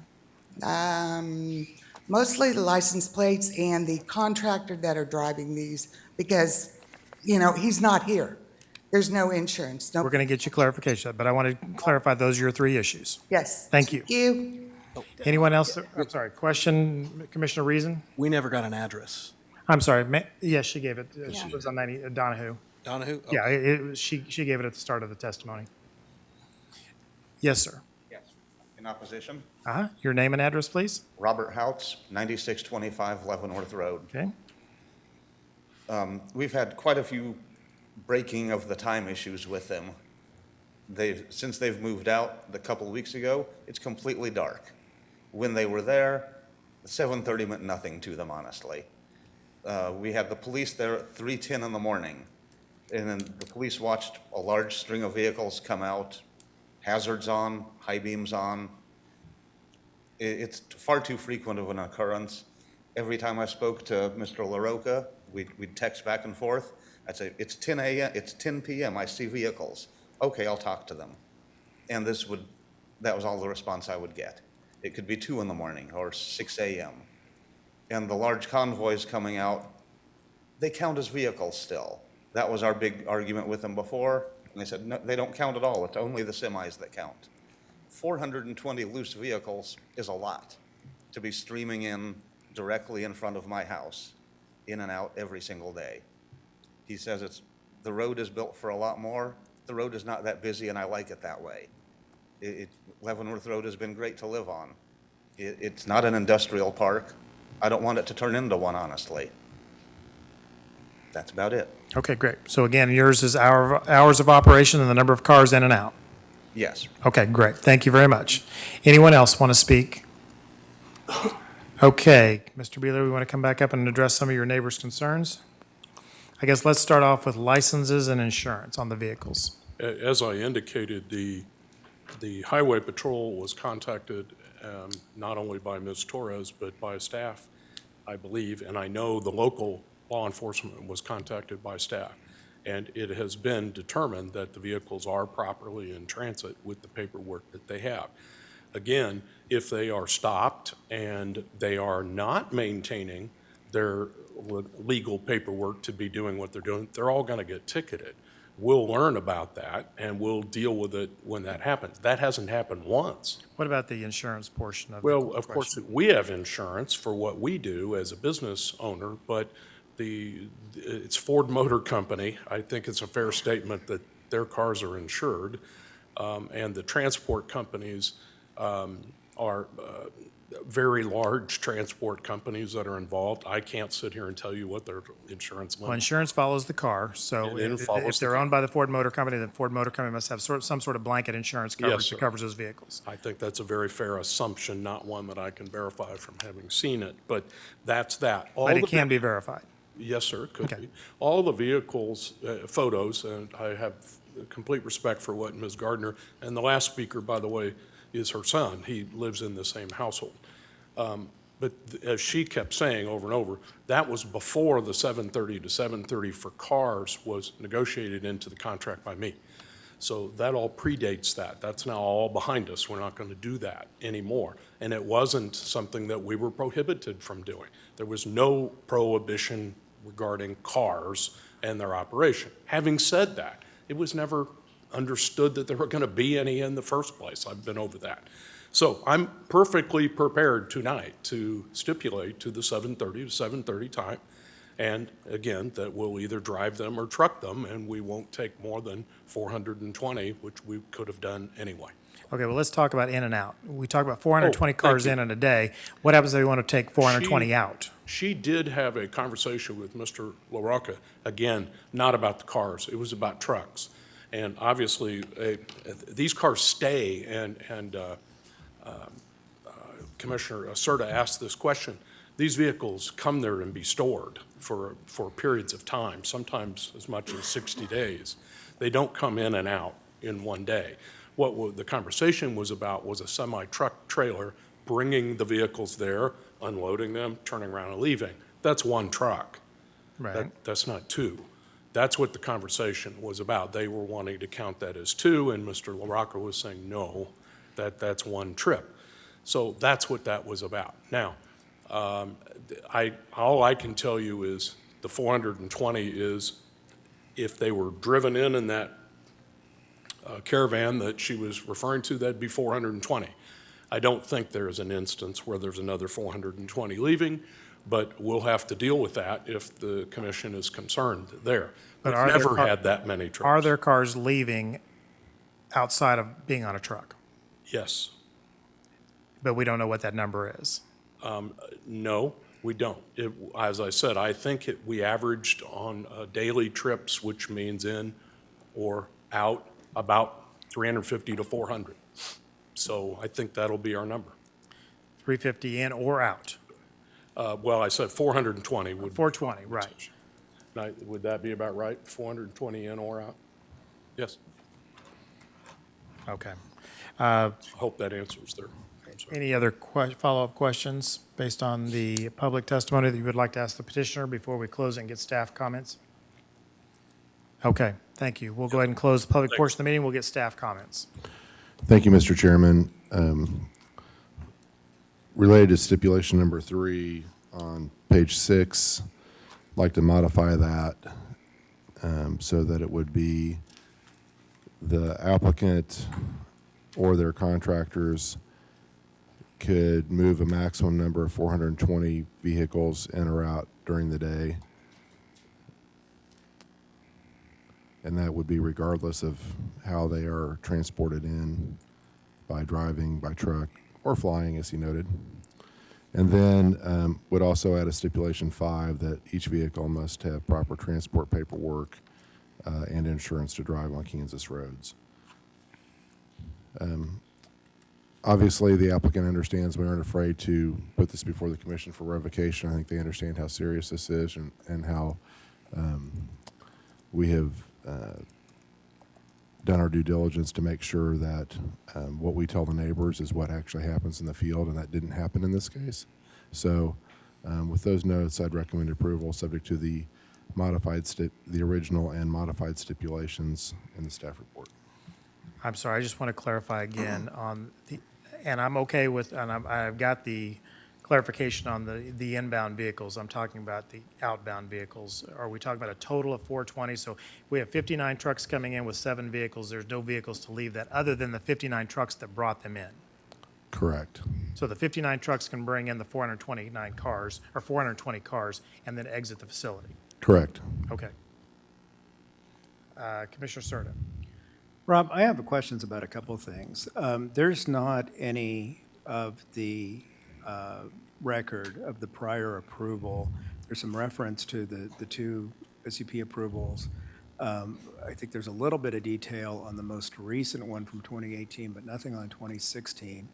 I was trying to refresh my own memory when I got the staff report the other day, and I find it very surprising in light of my recollection, distant though it may be, of the testimony and the prior consideration of this special use permit, that we did not specifically stipulate hours of operation, because we typically do for these kinds of uses. So Mr. Beeler in his neighborhood meeting and in this meeting and the Board of Commissioners meeting said 7:30, and that was modified in the recommendation at the Board of Commissioners. It was not, however, put into the notice that he got, but that is what the record of the hearing shows. So the record of of the hearing shows that in the original approval dating all the way back to 2016? No, that was Or in to the 2018? the In 2018, okay.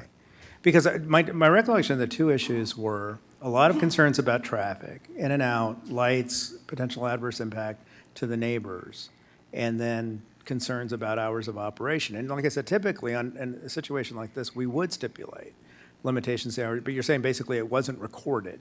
It was recorded. It wasn't put in the notice that we sent of the final decision to him. But it was recorded in the clerk's minutes and the clerk's recordings and in the YouTube recordings of the meeting and what we all heard during Okay. planning commission. That's what I want to be sure of. Well, I hope. He was very clear that they weren't going to operate beyond 7:30 a.m. to 7:30 p.m. Okay. Did you say that to the Board of Commissioners when it was before them last month or whenever it was most recently? Yes. Okay. The second piece is to the assertion that it was never anticipated that cars would be driven by themselves.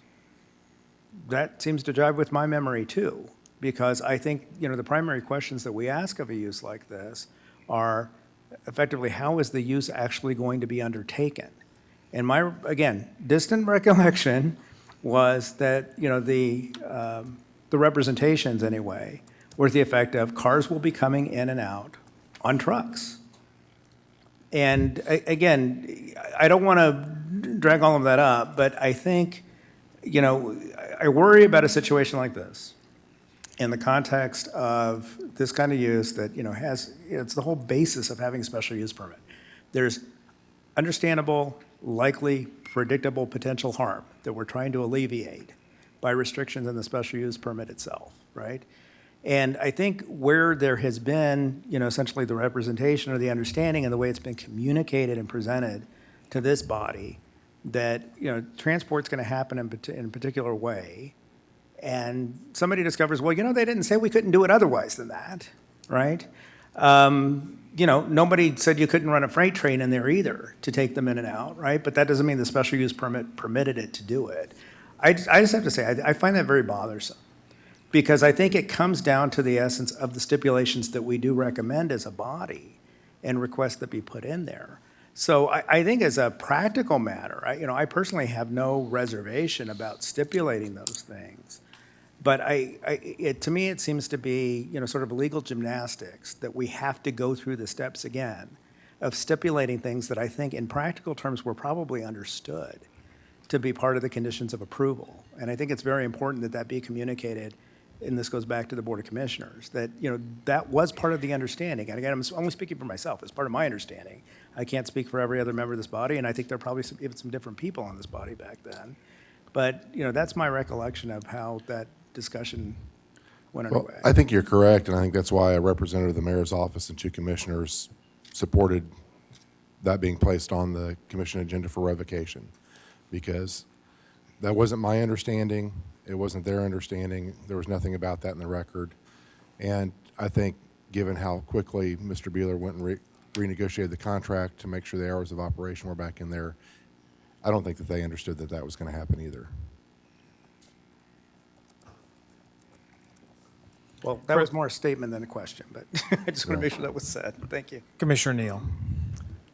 I'm having a hard time comprehending how allowing the possibility of 420 cars to be driven separately into there in a day does anything for safety, is practical, traffic-wise, the whole bit, rather than 60 trucks taking 7 cars in a day, when I would assume we have or should have qualified truck drivers that know what to do with car carriers and that sort of thing. So I'm really, I'm puzzled as to why we would even have a stipulation that would allow them the possibility of driving vehicles in there rather than the trucks.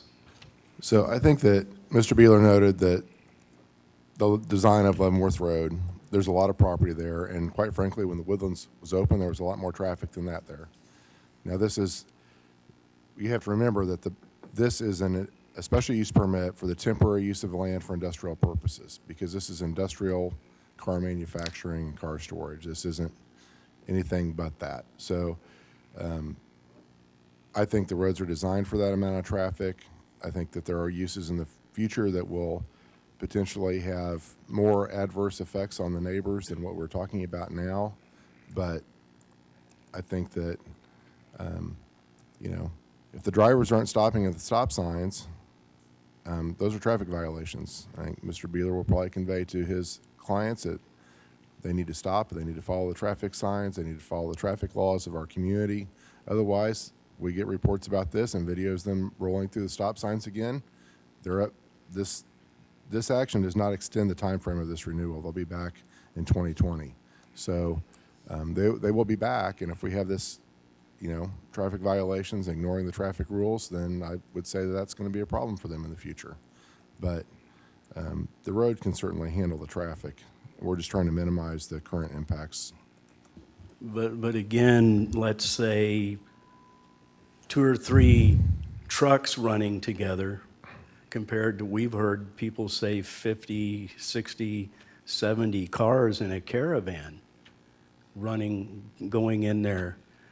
So again, it seems to me that trucks are safer than allowing I'm not saying that they would ever caravan 420 vehicles at one time, but evidently they have caravanned 50, 60, 70 at one time, which to me would be a traffic problem regardless, just safety-wise, compared to 1, 2, 3, 4 trucks. I understand the comment you're making, but we have other interchanges and other intersections that certainly handle convoys of unrelated vehicles that are much more significant than that on similarly designed, or actually probably on interchanges that are designed without the same level of design as this intersection. So I understand what you're saying, but the road can handle it. Other questions for staff, please?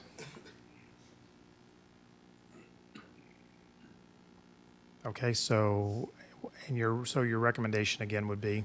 So to modify number 3 to limit the maximum number of trips in a day, which would be ins and outs combined together, to 420, and adding a stipulation 5 that proper transport paperwork and insurance to drive on Kansas roads be included with each of the vehicles being driven. Okay, but I do want to clarify again, the maximum vehicles at 420, but that does include 60 trucks that would be leaving that brought those cars in.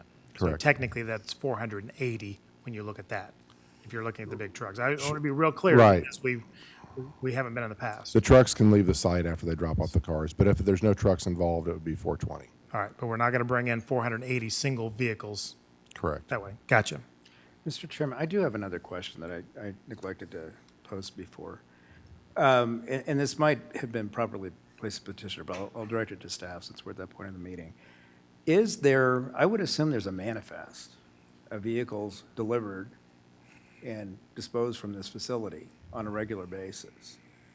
Have we stipulated, or are you expecting, or in similar circumstances, have we required actual documentation? I seem to recall there was a case not too far back where we didn't necessarily stipulate that they provide that to us, but we asked questions about whether manifests of deliveries to and from were logged on a daily basis and potentially would be available for inspection, correct? That's correct, and I think that if we got to the next hearing on this case and there were issues, that they would provide those manifests to us. Okay. So again, if we heard from the neighbors, for example, it seems like way more than 400 cars a day are coming in and out of there would be some mechanism for verifying the actual quantities coming in and out. I'm sure Mr. Beeler has heard your comment. Okay, thank you. Yeah, Commissioner Miller. I just have one. This might be, because I think this is the first one I've seen like this, but how does a vote work on this? Because if you were to, since it already is an existing special use permit that we're basically amending, if we vote no or vote it down, is the existing one still out there? I mean, that's my question. So your recommendation this evening, the Planning Commission asked you to work on these 2 stipulations and make a recommendation to them related to these 2 stipulations. And so I think the scope of your recommendations would be related to those 2. And so you could say trucks only, you could say cars only, you could probably reduce that number if you chose to do that. But I don't think that, they haven't asked you to recommend either revocation or not revocation. So I would think the motion would be to allow the continuation of the special use permit modified per the staff stipulations, and that's how it's written in the staff report. Does that make sense? Okay. Anyone else? Okay, seeing none, we'll stand for that motion. I'd make a motion to approve the amendment to the existing special use permit per the revised staff stipulations. Been moved to approve by Commissioner Serta and seconded by Commissioner Reason, subject to staff additional stipulations. Any discussion on that motion? I do. Commissioner Reasons? This is just from experience. My grandfather used to work for a company similar to this that was working for Ford. And just to kind of, for our purposes, when they say 400 and some a day, they're usually not bringing 400 in at one time. It is more cost effective for them to bring in the vehicles with drivers. And yeah, my wife used to work for Ford Motor Company. They are very well insured for something. If something goes wrong with their car, believe me, they're gonna figure out how to recoup that loss or through the insurance, because they are self-insured. But I also know that how annoying that can be when you see 50 cars come in and out. But the good thing is, if we can keep it to that time frame, there isn't going to be headlights. And I think they've got to store them someplace. To me, I think it seems like a good idea. At least let them store it there until we can get something good to come into the woodlands.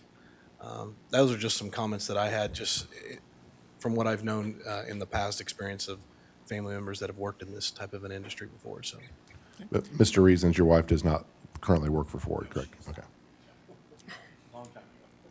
Further discussion on the motion for approval? Seeing none, roll call, please. Conley? Aye. Ernst? Aye. Huey? Aye. Jones? Aye. Miller? No. Neal? No. Pauly? Aye. Reasons? aye. Serta? Aye. Mr. Chairman, that motion to recommend continuation of special use permit SP 2018-54 with the modified stipulations by staff passes 7 in favor and 2 opposed. Thank you. And this will be heard again at the Board of Commissioners meeting on May 30th at 7 p.m. Thank you. Our next special use permit is SP 2019-11, Heather L. Hawk with Rescue Me KC. Special use permit for an animal shelter for up to 20 adult dogs at 4229 Swartz Road. Please include the following items as part of the record for this case: the city's currently adopted zoning and subdivision regulations, the official zoning map for the area in question, the city's currently adopted master plan for the area in question, the staff report and attachments dated May 13, 2019, the application and other documents, plans, pictures, and maps submitted by the applicant in furtherance of the case and contained in the official file, the notice in the Wyandotte Echo dated February 14, 2019, and the notices to property owners dated February 13, March 6, and April 1, 2019. Does any member of the commission have any contact to disclose with regard to this application? No. All those for and against, please come to the front of the room.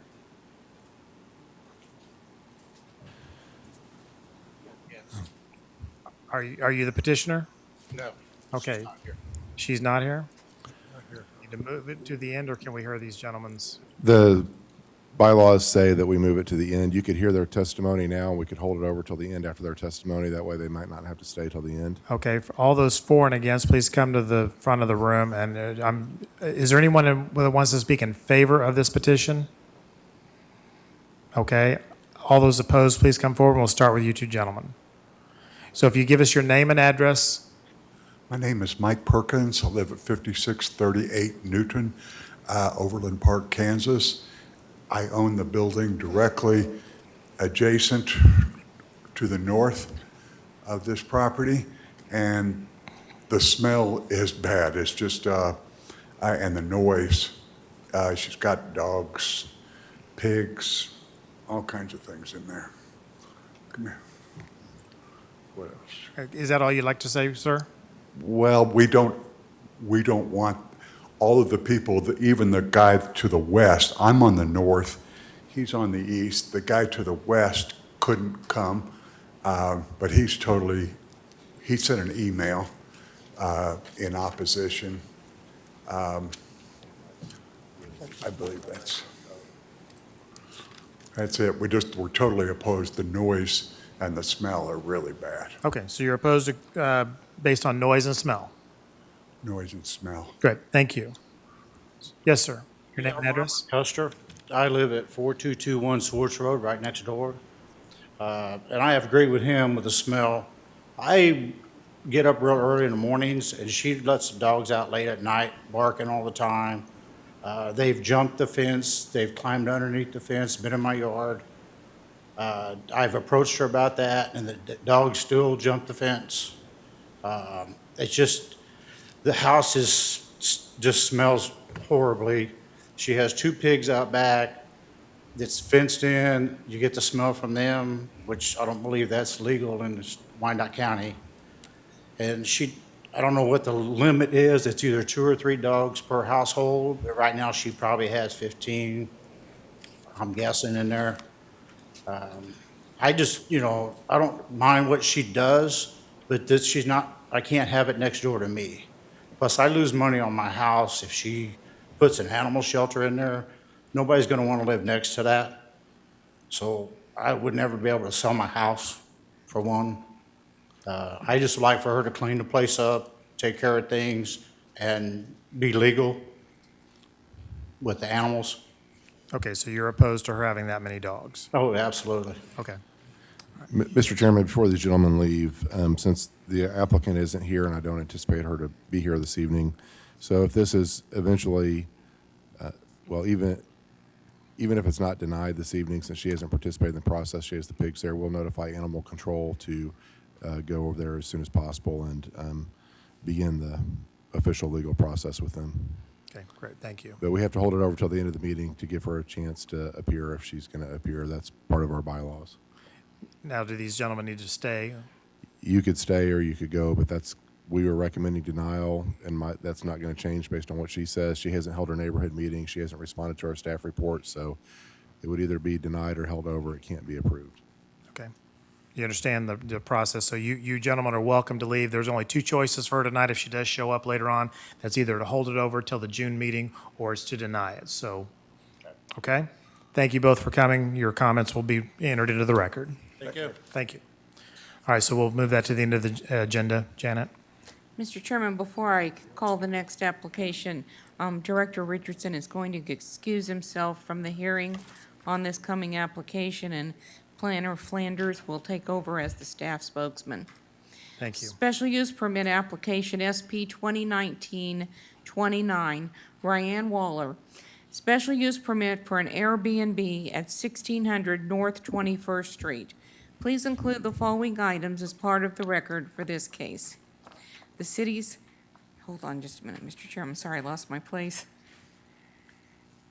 The city's currently adopted zoning and subdivision regulations, the official zoning map for the area in question, the city's currently adopted master plan for the area in question, the staff report and attachments dated May 13, 2019, the application and other documents, plans, pictures, and maps submitted by the applicant in furtherance of the case and contained in the official file, the notice in the Wyandotte Echo dated April 18, 2019, and the notices to property owners dated April 15, 2019. At this time, does any member of the commission have any contact to disclose with regard to this application? No. All those for and against, please come to the front of the room.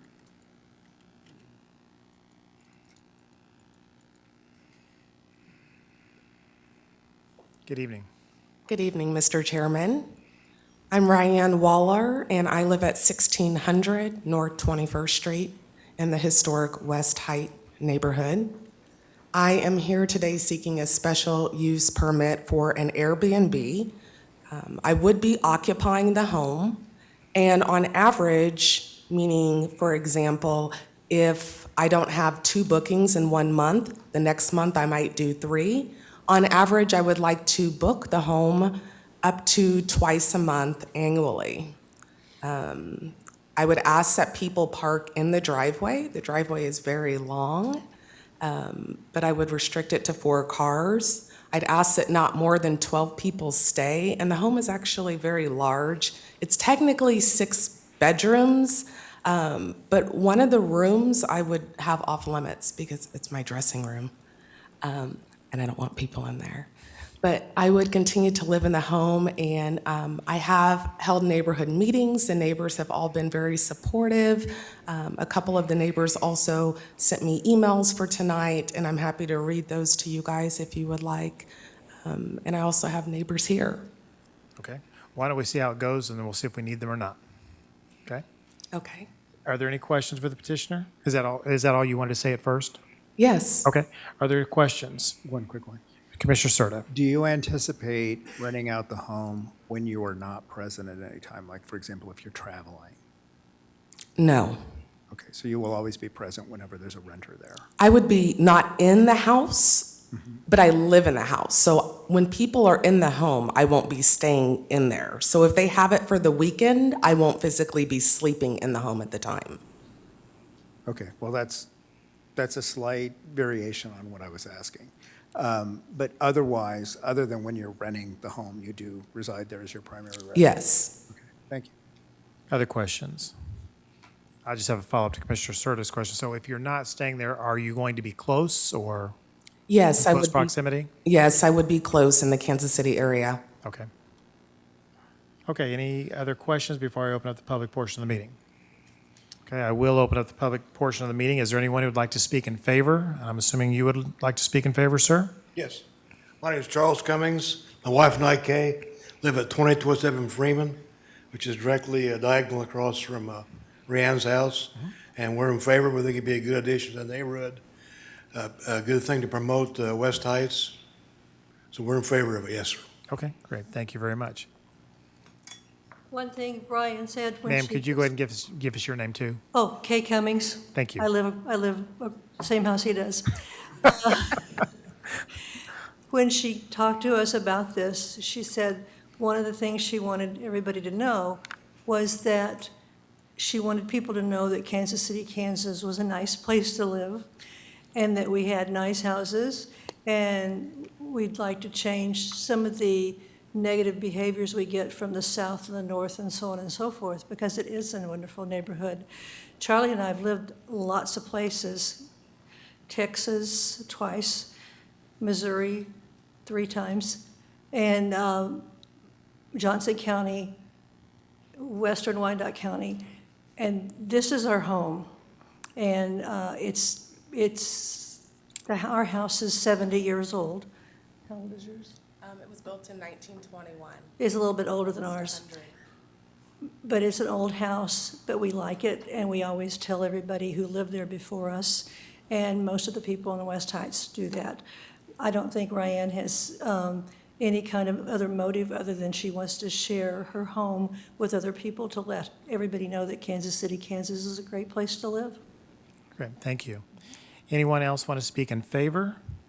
Is there anyone in the audience that's opposed? Okay, we'll go ahead and close the public portion of the meeting, and we'll get staff comments. We've recommended approval of this application.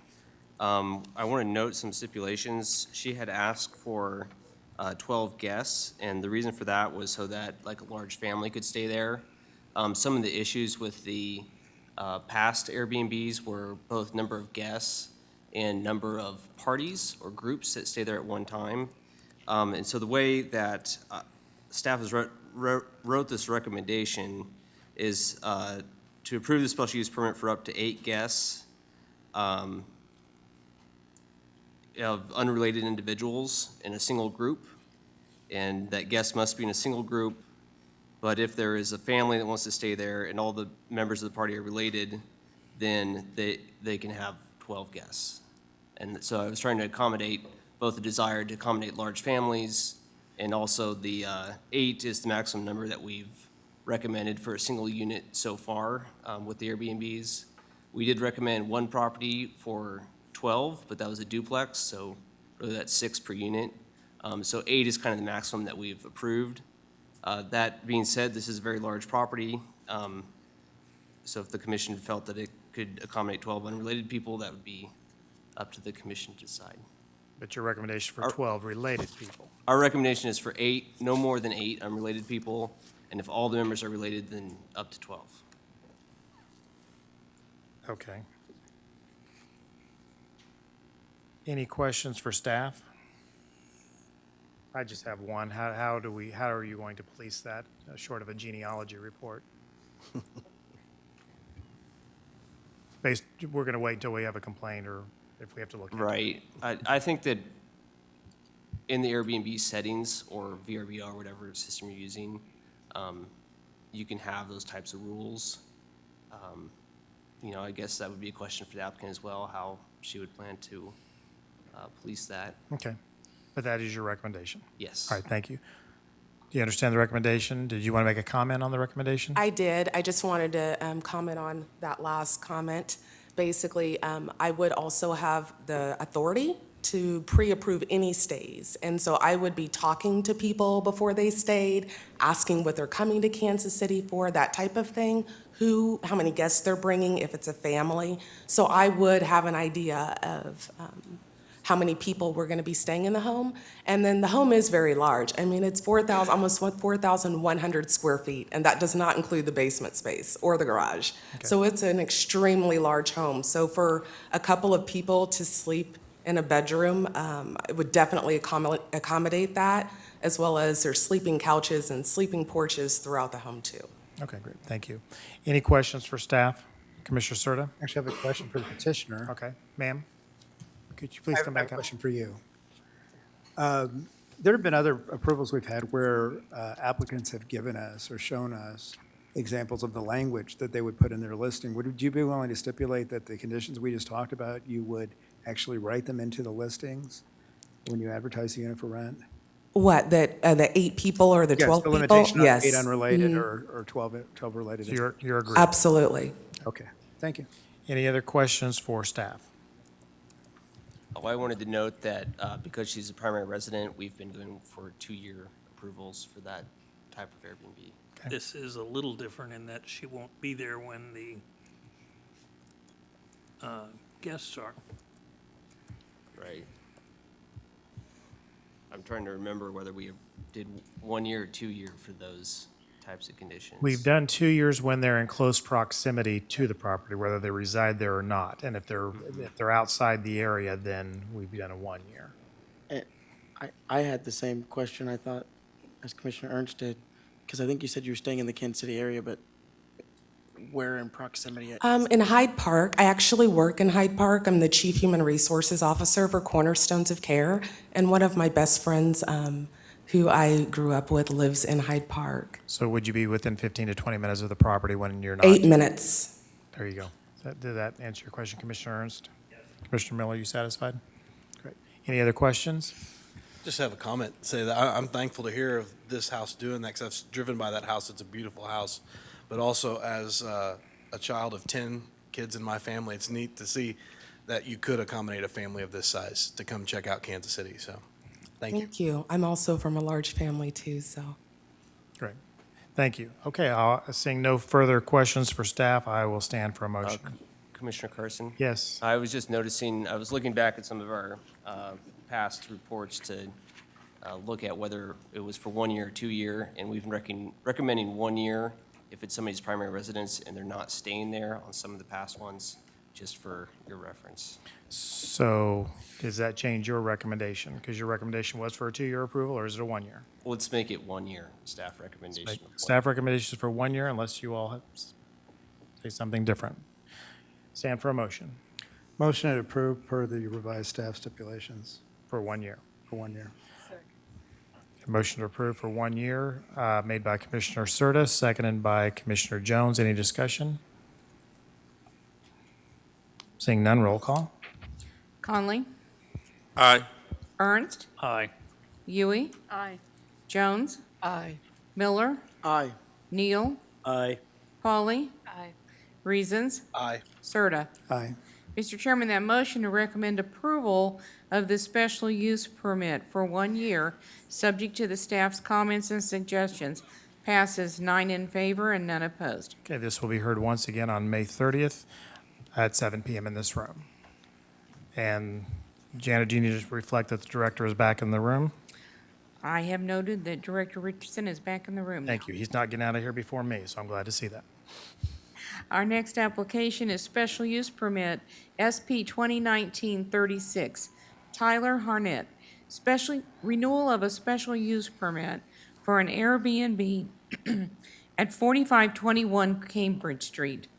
Please include the following items as part of the record for this case: the city's currently adopted zoning and subdivision regulations, the official zoning map for the area in question, the city's currently adopted master plan for the area in question, the staff report and attachments dated May 13, 2019, the application and other documents, plans, pictures, and maps submitted by the applicant in furtherance of the case and contained in the official file, the notice in the White-Eyed Echo dated April 18, 2019, and the notices to property owners dated April 15, 2019. Does any member of the commission have any contact to disclose with regard to this application? No. All those for and against, come to the front of the room. Mr. Chairman, before we move on, just on the last case, I was not involved in any way in the preparation of that. Zach worked with my supervisor on that since I'm not in the notice area, but I'm really close, so I just didn't want there to be any conflict of interest there. That's what we do with the staff if they live in the neighborhood on anything else, but since it doesn't happen to me very often, there's not much action around my house, so I just thought I'd let you all know. All right. Mr. Thank Chair, you. Can I just clarify whether that was a commendation for the quality of Mr. Flanders' work, or? Oh, I thought he did great work. Okay. Sorry to involve you in this, sir. You're okay. I'm Tyler Harnett, 4521 Cambridge Street. This is my renewal. It's been a good year for Airbnb in Kansas City, Kansas. No complaints from my neighbors. Taking care of the yard and the snow. I got a snow blower this year because of all the snow we had, and so I'm taking care of most of the sidewalk around my area multiple times because of all the snow. And I've had a number of great guests come into the Kansas City area. So I did notice just tonight when I showed up, I looked at the staff comments and they are recommending denial because I have not gotten a business license yet.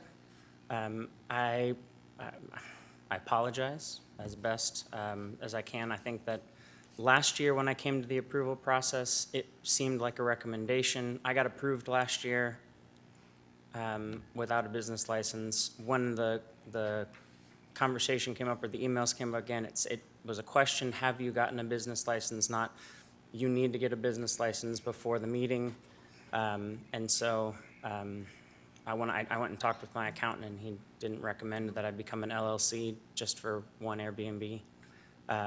So that, what it seemed like a recommendation or a suggestion today in the staff comments, it was worded pretty strongly, that seeming like I'm negligent, but in reality, it just was seemed like my accountant said no, and so I didn't do it. So at best, or at worst, I would say, could we hold it over until the next meeting so that I could get the business license? And at best, we could just approve it, and I could have a whole nother year to get a business license. But I could get it done in the next month. Okay.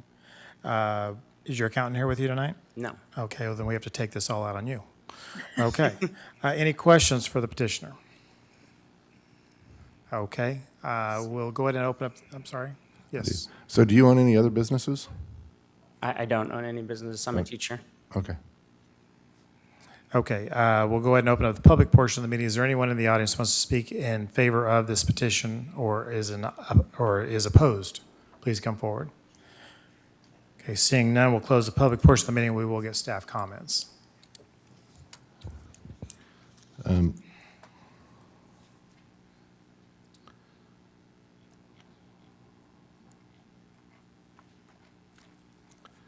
So you have 17 days before the Board of Commissioners meeting. I suggest you have a business license before that. I'd recommend approval, subject to him obtaining a business license prior to the Board of Commissioners meeting on this case. Any questions? And paying for the back time that he's Should operated have this had one. business and should have had one. Okay. Any questions for staff? Commissioner Connolly first. Yeah, Robert, so the Airbnb has to have business license? Anyone operating a business has to have a business license, Kansas City, Kansas, even if you're a home occupation. But that's separate, it's separate from Airbnb. Airbnb doesn't have a blanket license over anything that they have. Yeah, I've never Right. heard required that anyone had to have present a business license for Airbnb. It's been in all the staff reports, including his last report. Okay. Commissioner Miller? That lost my train of thought now. But to kind of off your question, this is a renewal, correct? So, I think on original ones, it doesn't always necessarily come up right off the bat. But my question is, can't we stipulate on a motion that he can't make another booking until there is a business license? Well, I think that he's going to tell you that he probably already has things booked. That's true. But we've made people cancel those bookings until they brought their properties in compliance, or we've done other things. We have. It seems like in this case, it's truly an accident. If he doesn't have any other businesses, this is probably his first time. He apparently got some bad advice. And so, and I've read the other one. We did ask if he had a business license. There was an implication to get one, but he didn't take it that way, so. Again, I apologize. It's not as egregious as I first thought. Well, and this may be more for the petitioner, but, because I've dealt with it too, dealing with the ones in Wyandotte County. I think your accountant's kind of just confused on whether it's a formation issue and a business license. I mean, the business licenses aren't even that expensive. They're just, you can do it as a sole property and it doesn't matter. That's correct. Additional questions for staff? Commissioner Serta? I don't have a question. Are you ready to go? Yeah, I'm just going to. Anyone else have a question for the staff before we move on? Seeing none, I'll stand for a motion. I would move that we approve renewal of the special use permit, subject to the revised staff stipulations, more specifically, that the applicant obtain a business license retroactive to the date he started the rentals, the original effective date of the special use permit. Second. Motion to approve, subject to staff stipulations, and that the applicant must get a business license back to the date that he started his business, and that was seconded by Commissioner Huey. And that's before the Board of Commissioners meeting? Prior to the. Prior Board to of the, Commissioners. which is May 30th. May 30th. So you understand the motion and the stipulations? By May 30th, yeah. Okay. If your account has any questions, please have them call us. Any discussion? Seeing none, roll call. I have a question. Do I need a time frame? Is this for 2 years? 1 year? The renewal. What was the original recommendation? The renewal we've been doing 2 years on the renewals, so it'll be 2 years. I'm sorry, I should have added that. I forgot that since we were recommending denial, we didn't have that time frame Is in that there. okay, Commissioner Serta? That's fine with my. So the motion reflects a 2-year renewal. Fine. Is that okay with the second? Mm-hmm. Okay. Yes. Any comments on the revised? Okay, seeing none, roll call. Conley? Aye. Ernst? Aye. Huey? Aye. Jones? Aye. Miller? Aye. Neal? Aye. Pauly? Aye. Reasons? Aye. Serta. Aye. Mr. Chairman, that motion to recommend approval of the special use permit for 2 years with the staff stipulations passes, 9 in favor and none opposed. Okay, this will be heard again May 30th at 7 PM in the room. Our next application is special use permit SP 2019-40, Roberta Laird. Special use permit for a commercial shop selling handmade items, gifts, antiques, etc. in the basement garage at 3704 North 99th Street. Please include the following items as part of the record for this case: the city's currently adopted zoning and subdivision regulations, the official zoning map for the area in question, the city's currently adopted master plan for the area in question, the staff report and attachments dated May 13, 2019, the application and other documents, plans, pictures, and maps submitted by the applicant in furtherance of the case and contained in the official file, the notice in the Wyandotte Echo dated April 18, 2019, and the notices to property owners dated April 15, 2019. Does any member of the commission have any contact to disclose with regard to this application? No. All those for and against, please come to the front of the room. Good evening. Good evening. Can we get your name and address for the record, please, and tell us about your project? My name is Roberta Laird. I live at 3704 North 99th Street, Kansas City, Kansas. And my business that I am asking for is in the basement of my garage. And what do you want to do out of that garage? Okay, in that, I want to do a commercial gift shop that would consist of a variety of gifts and household decor goods, handmade and market items. Some are refurbished decorative furniture, and antiques may be available at a small, limited basis. And I also will be doing alterations for people. And this is going to be out of the basement garage or the detached garage? No, this is my my house. It'll be in the basement garage? House. Okay. Are there any questions for the petitioner? Okay, seeing none, is there anyone in the audience who would like to speak in favor of this petition, or are they opposed? Yes, sir. Would you like to speak? Could you give us your name and address, please? Yes, my name is Jim Laird. I live at 3630 North 99th Street, and I'm her son. And you're speaking in favor or opposition? I'd be in favor. I would think so, but I needed to ask that question. Mother's Day was Especially yesterday. following the day after Mother's Day, I don't think that's, For many years, my mom has been into the craft and alterations business, and she travels a lot to craft shows and throughout the city and different cities. I'm trying to get her basically to be homebound, where she's not traveling with a 14-foot trailer and hopping from craft show to craft show, and kind of doing the things that she likes to do out of her own home. Okay. And I have, my property is adjacent to hers, so I have no, you're here as a neighbor also. yeah, I still consider you a biased source, sir. yes, All right. thank you. Okay. Anybody else would like to speak in favor or in opposition? Seeing none, we'll close the public portion of the meeting. We'll get staff recommendations. Thank you, Mr. Chairman. We'd recommend approval subject to the stipulations in the staff report. Any questions for staff? Not, I'll stand for a motion. Move to approve subject to the stipulations in the staff report. Second. Motion to approve by Commissioner Miller, seconded by Commissioner Neal. Any discussion? Roll call, please. Conley? Ernst? Aye. Huey? Aye. Jones? Aye. Miller? Aye. Neal? Aye. Pauley? Aye. Reasons? Aye. Serta. Aye.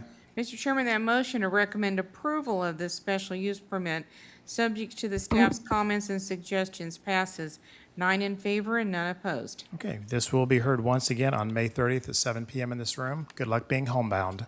Thank you very much. You bet. Our next application is special use permit SP 2019-41, Irvin Jackson Jr. with Jackson Trucking, special use permit for the temporary use of land to park 2 semi-trucks at 3232 Sewell Avenue. Please include the following items as part of the record for this case: the city's currently adopted zoning and subdivision regulations, the official zoning map for the area in question, the city's currently adopted master plan for the area in question, the staff report and attachments dated May 13, 2019, the application and other documents, plans, pictures, and maps submitted by the applicant in furtherance of the case and contained in the official file, the notice in the Wyandotte Echo dated April 18, 2019, and the notices to property owners dated April 15, 2019. Does any member of the commission have any contact to disclose with regard to this case? No. All those for and against, please come to the front of the room. Mr. Jackson, are you in the room? Okay, is there anyone in the audience that came to speak on behalf or in opposition to this petition? Okay, seeing none, we'll go ahead and we'll move it to the end of the agenda. Is that okay? Okay. Our next application is special use permit SP 2019-46, M&MS Auto Sales and Detail. Special use permit for new and used auto sales, auto repair, and auto detailing at 765 Cheyenne Avenue. Please include the following items as part of the record for this case: the city's currently adopted zoning and subdivision regulations, the official zoning map for the area in question, the city's currently adopted master plan for the area in question, the staff report and attachments dated May 13, 2019, the application and other documents, plans, pictures, and maps submitted by the applicant in furtherance of the case and contained in the official file, the notice in the Wyandotte Echo dated April 18, 2019, and the notices to property owners dated April 15, 2019. Does any member of the commission have any contact to disclose with regard to this case? No. All those for and against, please come to the front of the room. Good evening. My name is Maria Leo, and we've been doing business for the past 4 years already. And we're just trying to, the main reason for this relocation is because we need more parking. So I found this better place with better parking, more parking, and that's the only thing that we want to move to this location right here. So you've been in business before? Yeah, Okay. And you're just relocating that existing business to this location? yes. Okay. Is there any questions for the petitioner? Okay, seeing none, we'll open up the public portion of the meeting. Is there anyone in favor of or in opposition to this proposal? Seeing none, we'll close the public portion of the meeting. We'll get staff comment. Thank you, Mr. Chairman. We'd recommend approval, subject to the stipulations in the staff report. Are there any questions for staff? Seeing none, we'll stand for a motion. Motion to approve, subject to the staff stipulations. Second. Motion to approve by Commissioner Curtis, seconded by Commissioner Miller. Any discussion? Seeing none, roll call, please. Conley? Aye. Ernst? Aye. Yui? Aye. Jones? Aye. Miller? Aye. Neal? Aye. Holly? Aye. Reasons? Aye. Serta? Aye. Mr. Chairman, that motion to recommend approval of this special use permit, subject to the staff's comments and suggestions, passes 9 in favor and none opposed. Thank you. This will be heard again on May 30th at 7 p.m. in this room. Thank you. Our next application is special use permit SP 2019-52, Michael D. Yeager.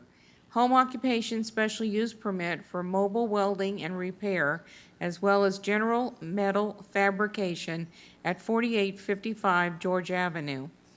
Please include the following items as part of the record for this case: the city's currently adopted zoning and subdivision regulations, the official zoning map for the area in question, the city's currently adopted master plan for the area in question, the staff report and attachments dated May 13, 2019, the application and other documents, plans, pictures, and maps submitted by the applicant in furtherance of the case and contained in the official file, the notice in the Wyandotte Echo dated April 18, 2019, and the notices to property owners dated April 15, 2019. Does any member of the commission have any contact to disclose with regard to this case? No. All those for and against, please come to the front of the room. Good evening. Good evening. Go ahead and give us your name and address and tell us about your project. Michael Yeager, 4855 Georgia Avenue. I want to start a business doing mobile welding and repair and some general metal fabrication out of my basement. Okay, is there any questions for the petitioner? Okay, seeing none, we'll open up the public portion of the meeting. Is there anyone in the audience that wants to speak in favor or in opposition to this proposal? Seeing none, we'll close the public portion of the meeting. We'll get staff comment. Thank you, Mr. Chairman. One question for the applicant, if I might. This is the first I've heard of mobile welding. Maybe I missed it before, but are you just going to do that out of your regular truck, or do you have a mobile welding vehicle that you're going to use? I will have a trailer with a welder and tools mounted on it that I'll pull behind another vehicle. How big a trailer is it? It'd be about 6 by 8. Okay. All right, with that clarification, I would recommend approval, subject to the stipulations in the staff report. Any questions for staff? Seeing none, I'll stand for a motion. Move to approve, subject to the stipulations in the staff report. Second. Motion to approve by Commissioner Miller, seconded by Commissioner Neal. Any discussion? Seeing none, roll call, please. Conley? Aye. Ernst? Aye. Yui? Aye. Jones? Aye. Miller? Aye. Neal? Aye. Polly? Aye. Reasons? Aye. Serta. Aye. Mr. Chairman, that motion to recommend approval of this special use permit, subject to the staff's comments and suggestions, passes 9 in favor and none opposed. Thank you. This will be heard again on May 30th at 7 p.m. in this room. Thank you. Our next application is special use permit SP 2019-53, James Allen Bogert. Home occupation special use permit for a short-term rental Airbnb at 217 Orchard Street. Please include the following items as part of the record for this case: the city's currently adopted zoning and subdivision regulations, the official zoning map for the area in question, the city's currently adopted master plan for the area in question, the staff report and attachments dated May 13, 2019, the application and other documents, plans, pictures, and maps submitted by the applicant in furtherance of the case and contained in the official file, the notice in the Wyandotte Echo dated April 18, 2019, and the notices to property owners dated April 15, 2019. Does any member of the commission have any contact to disclose with regard to this case? No. All those for and against, please come to the front of the room.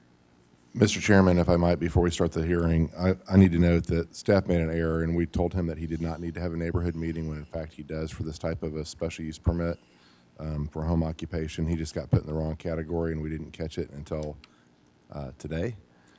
So our recommendation will be changed to hold this over for a month, but I'd recommend going ahead and having the rest of the public hearing. I've apologized to the applicant on a couple of occasions already today. Okay. Well, at this point, do we need to hear from the petitioner, or do we need to ask for public comment? I think you could hear it, and that way it might shorten things next month since he's here. Okay, sir, you want to go ahead and come to the mic and give us your name and address and accept our apologies for the mistake? Sure, James Bogert, 217 Orchard Street. Nothing really. I just got a call an hour ago saying, Okay, but you want to operate an Airbnb out of this property, I would correct? like to. And do you live at the property? Yes. Okay, Well, it's under renovation, so I'm going to be living there, but I still need to get the final inspection. So I don't know if that needs to be done before but we'll get you clarification on that. Okay. Where will you be staying there when it's being rented as well? no, I'll be probably at my mother's house, which is like 15 minutes away. So you'll be staying within 15 minutes of the property when it's being used for Airbnb purposes? Yes, sir. Okay. Any further questions for the petitioner? Okay, we'll open up the public portion of the meeting. Is there anyone who came tonight to speak in favor of this proposal or in opposition? Seeing none, we will get staff comments and apologies.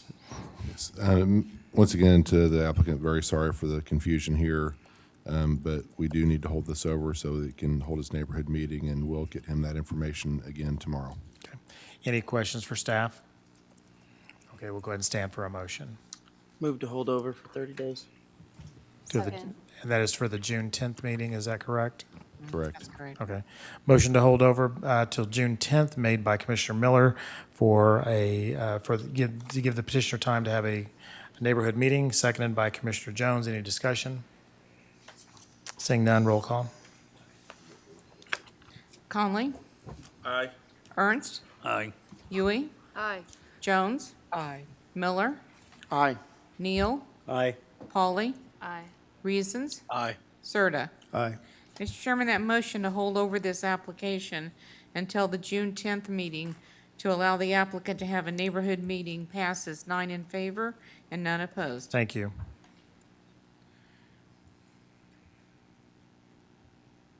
Our next application is special use permit SP 2019-56, Brian Ruoff with 3F30 Architects. Special use permit to operate a liquor store with packaged liquor sales at 3801 Leavenworth Road. Please include the following items as part of the record for this case: the city's currently adopted zoning and subdivision regulations, the official zoning map for the area in question, the city's currently adopted master plan for the area in question, the staff report and attachments dated May 13, 2019, the application and other documents, plans, pictures, and maps submitted by the applicant in furtherance of the case contained in the official file, the notice in the Wyandotte Echo dated April 18, 2019, and the notices to property owners dated April 15, 2019. Does any member of the commission have any contact to disclose with regard to this case? No. All those for and against, please come to the front of the room.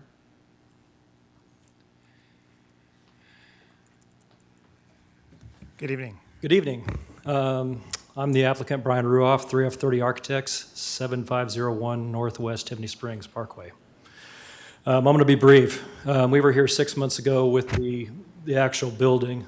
I don't know if we're going to pull up a site plan, but this project was approved by this entity in December, and it was approved by the commission in February, and this is the center. This is a tenant space in the building that there's a convenience store that's already approved there on this site, and it had two speculative tenant spaces. This is the space that would be the center space of that building. There was some discussion on this use at that time, and with the process of trying to put tenants in those spaces, this is the use that was best. It was the best case for the owner on this property to do this center space with a liquor store. So it'll be same owner, separate management. And there's the rest of it's in the rest of these questions are probably answered in your report. So I'll just be available for any questions that might be needed. Thank you. Any questions for the petitioner's representative? Okay, seeing none, we'll open up the public portion of the meeting. Is there anyone in the audience that wants to speak in favor of or in opposition to? Okay, seeing none, we'll close the public portion of the meeting. We'll get staff comments. Thank you, Mr. Chairman. We'd recommend approval, subject to the stipulations in the staff report. I would note that I met with LRA, and they're in full support of this. Any questions for staff? Yeah, I have one question. Is this just going to be a full liquor store or just kind of another one of those packaged beer sales?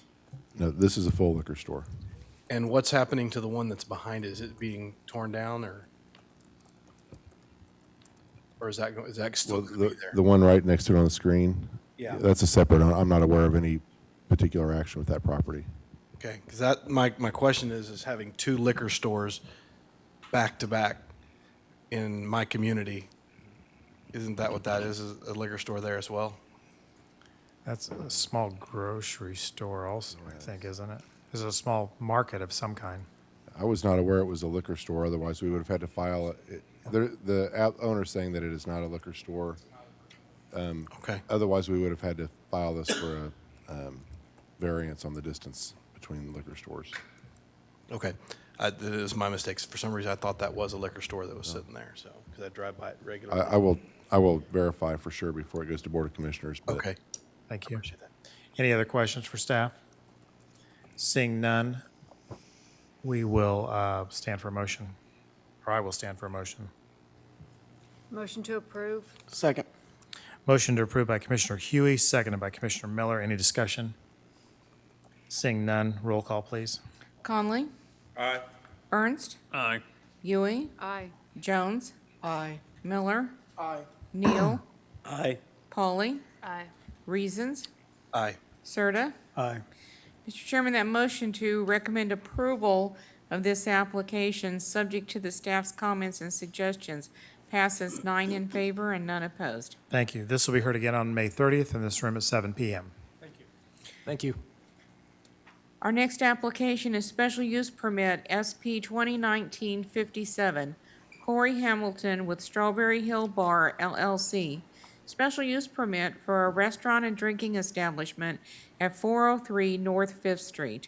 Please include the following items as part of the record for this case: the city's currently adopted zoning and subdivision regulations, the official zoning map for the area in question, the city's currently adopted master plan for the area in question, the staff report and attachments dated May 13, 2019, the application and other documents, plans, pictures, and maps submitted by the applicant in furtherance of the case and contained in the official file, the notice in the Wyandotte Echo dated April 18, 2019, and the notices to property owners dated April 15, 2019, and the testimony given at the Board of Zoning Appeals meeting this evening. Does any member of the commission have any contact to disclose with regard to this application? No. All those for and against, please come to the front of the room. Good evening. Hi, Tom Steibel, here on behalf of Bill Hutton, 509 Armstrong, Kansas City, Kansas. The members of the LLC are here, Scott Mackey, Corey Hamilton, and Lisa Miroslav. We want to be brief. We've already discussed this previously. This building has been a bar in the past, but it has been vacant for so long that a new application for special use permit is required under the law. And so that's why we're here today. Staff is recommending approval, and we would agree with that, although I did want to call your attention to one item, and that was their recommendation was for approval of a one-year permit, and we would ask that you at least consider a two-year permit. There's a significant investment being made in the building. I've been advised $45,000 to $50,000, which is a one-year permit is a very short window for that kind of an investment. And so we would ask that it at least be considered by the commission. Other than that, it will answer any questions that you have. Okay, questions for the petitioner? Okay, seeing none. Is there anyone in the audience who wants to speak in favor of this petition? Yes, sir. My name is Jake Patton. I live at 431 North Thompson, across the street from them. I've got a chance on a couple occasions to talk to them about their business, and it sounds like it'd be a great addition to the neighborhood. I'm looking forward to it opening up. Thank you. Great, thank you. Anyone else want to speak in favor of the petition? Anyone opposed? Okay, seeing none, we'll close the public portion of the meeting. We'll get staff comments. Thank you, Mr. Chairman. I'm not opposed to 2 years in particular. It was, we always have the opportunity to revoke a special use permit. So if you all want to go to 2 years, that would be fine. Otherwise, we'd recommend approval subject to the stipulations in the staff report. Questions for staff? Seeing none, stand for a motion. Motion for approval for 2 years. Second. Motion to approve for a 2-year period by Commissioner Curtis, seconded by Commissioner Huey. Any discussion? Seeing none, roll call. Conley? Aye. Ernst? Aye. Huey? Aye. Jones? Aye. Miller? Aye. Neal? Aye. Pauly? Aye. Reasons? Aye. Serta. Aye. Mr. Chairman, that motion to recommend approval of this special use permit for 2 years, subject to the staff's comments and suggestions, passes. 9 in favor and none opposed. Thank you. This will be heard again on May 30th at 7 p.m. in this room. Mr. Chairman, that concludes the special use permits, and we'll now move on to the plan reviews. The first one is PR 2019-9, Charlie Sexton with HTK Architects, preliminary and final plan review for a classroom addition to Delaware Ridge Elementary School at 1601 North 130th Street. Please include the following items as part of the record for this case: the city's currently adopted zoning and subdivision regulations, the official zoning map for the area in question, the city's currently adopted master plan for the area in question, the staff report and attachments dated May 13, 2019, the application and other documents, plans, pictures, and maps submitted by the applicant in furtherance of the case and contained in the official file, the notice to property owners dated April 15, 2019. At this time, does any member of the commission have any contact to disclose with regard to this application? No. All those for and against, please come to the front of the room. There is the petitioner here. Yes. Charlie Sexton, 215 North Springdale Street, Bonner Springs, Kansas, on behalf of the school district, USD 204. Okay. Can you go ahead and tell us about the project? The project is the building is broken up into 3 different pods. Each pod are 2 different grade levels. We're adding on two classrooms to each grade level in each pod. So essentially, there are 3 building additions that are around 2,000-ish square feet that are going in 3 different locations on it. So 2,000 square feet each times 3. Yes, around 6,000. Okay. Around 6,400 square feet, I think. Any questions for the petitioner? Seeing none, is there anyone, we'll go ahead and open up the public portion of the meeting. Is there anyone in the audience who would like to speak in favor or in opposition to this proposal? Seeing none, we'll close the public portion of the meeting. We'll get staff comments. Thank you, Mr. Chairman. We'd recommend approval, subject to the stipulations in the staff report. Any questions for staff? Seeing none, we'll stand for a motion. Move to approve, subject to the stipulations in the staff report. Second. Motion to approve by Commissioner Miller, seconded by Commissioner Jones. Any discussion? Seeing none, roll call, please. Conley? Aye. Ernst? Aye. Huey? Aye. Jones? Aye. Miller? Aye. Neal? Aye. Hawley? Aye. Reasons? Aye. Serta. Aye. Mr. Chairman, that motion to recommend approval of this plan review, subject to the staff's comments and suggestions, passes. 9 in favor and none opposed. Thank you. This will be heard one more time, May 30th, 7 p.m. in this room. Thank you. Our next plan review is PR 2019-10, Russell Sage III with Security Bank of Kansas City. Preliminary and final plan review for renovation of the existing bank at 7364 State Avenue. Please include the following items as part of the record for this case: the city's currently adopted zoning and subdivision regulations, the official zoning map for the area in question, the city's currently adopted master plan for the area in question, the staff report and attachments dated May 13, 2019, the application and other documents, plans, pictures, and maps submitted by the applicant in furtherance of the case and contained in the official file, the notice to property owners dated April 15, 2019. This time, does any member of the commission have any contact to disclose with regard to this application? No. All those for and against, please come to the front of the room. Good evening. Hi, Russell Sage III with Security Bank, 701 Minnesota Avenue, Kansas City, Kansas.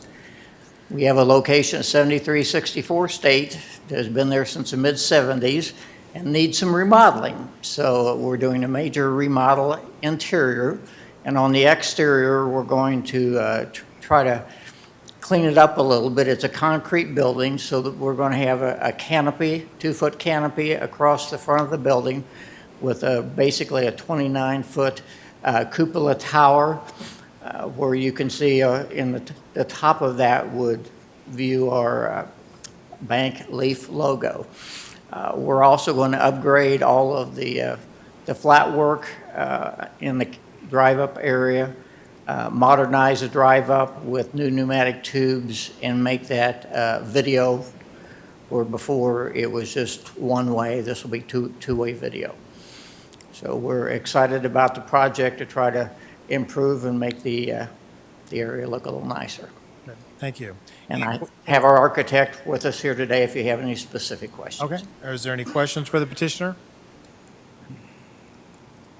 Okay. Seeing none, we'll ask if anyone in the audience would like to speak in favor or opposed, and that includes just one person now. So seeing none, we'll close the public portion of the meeting and we'll get staff comments.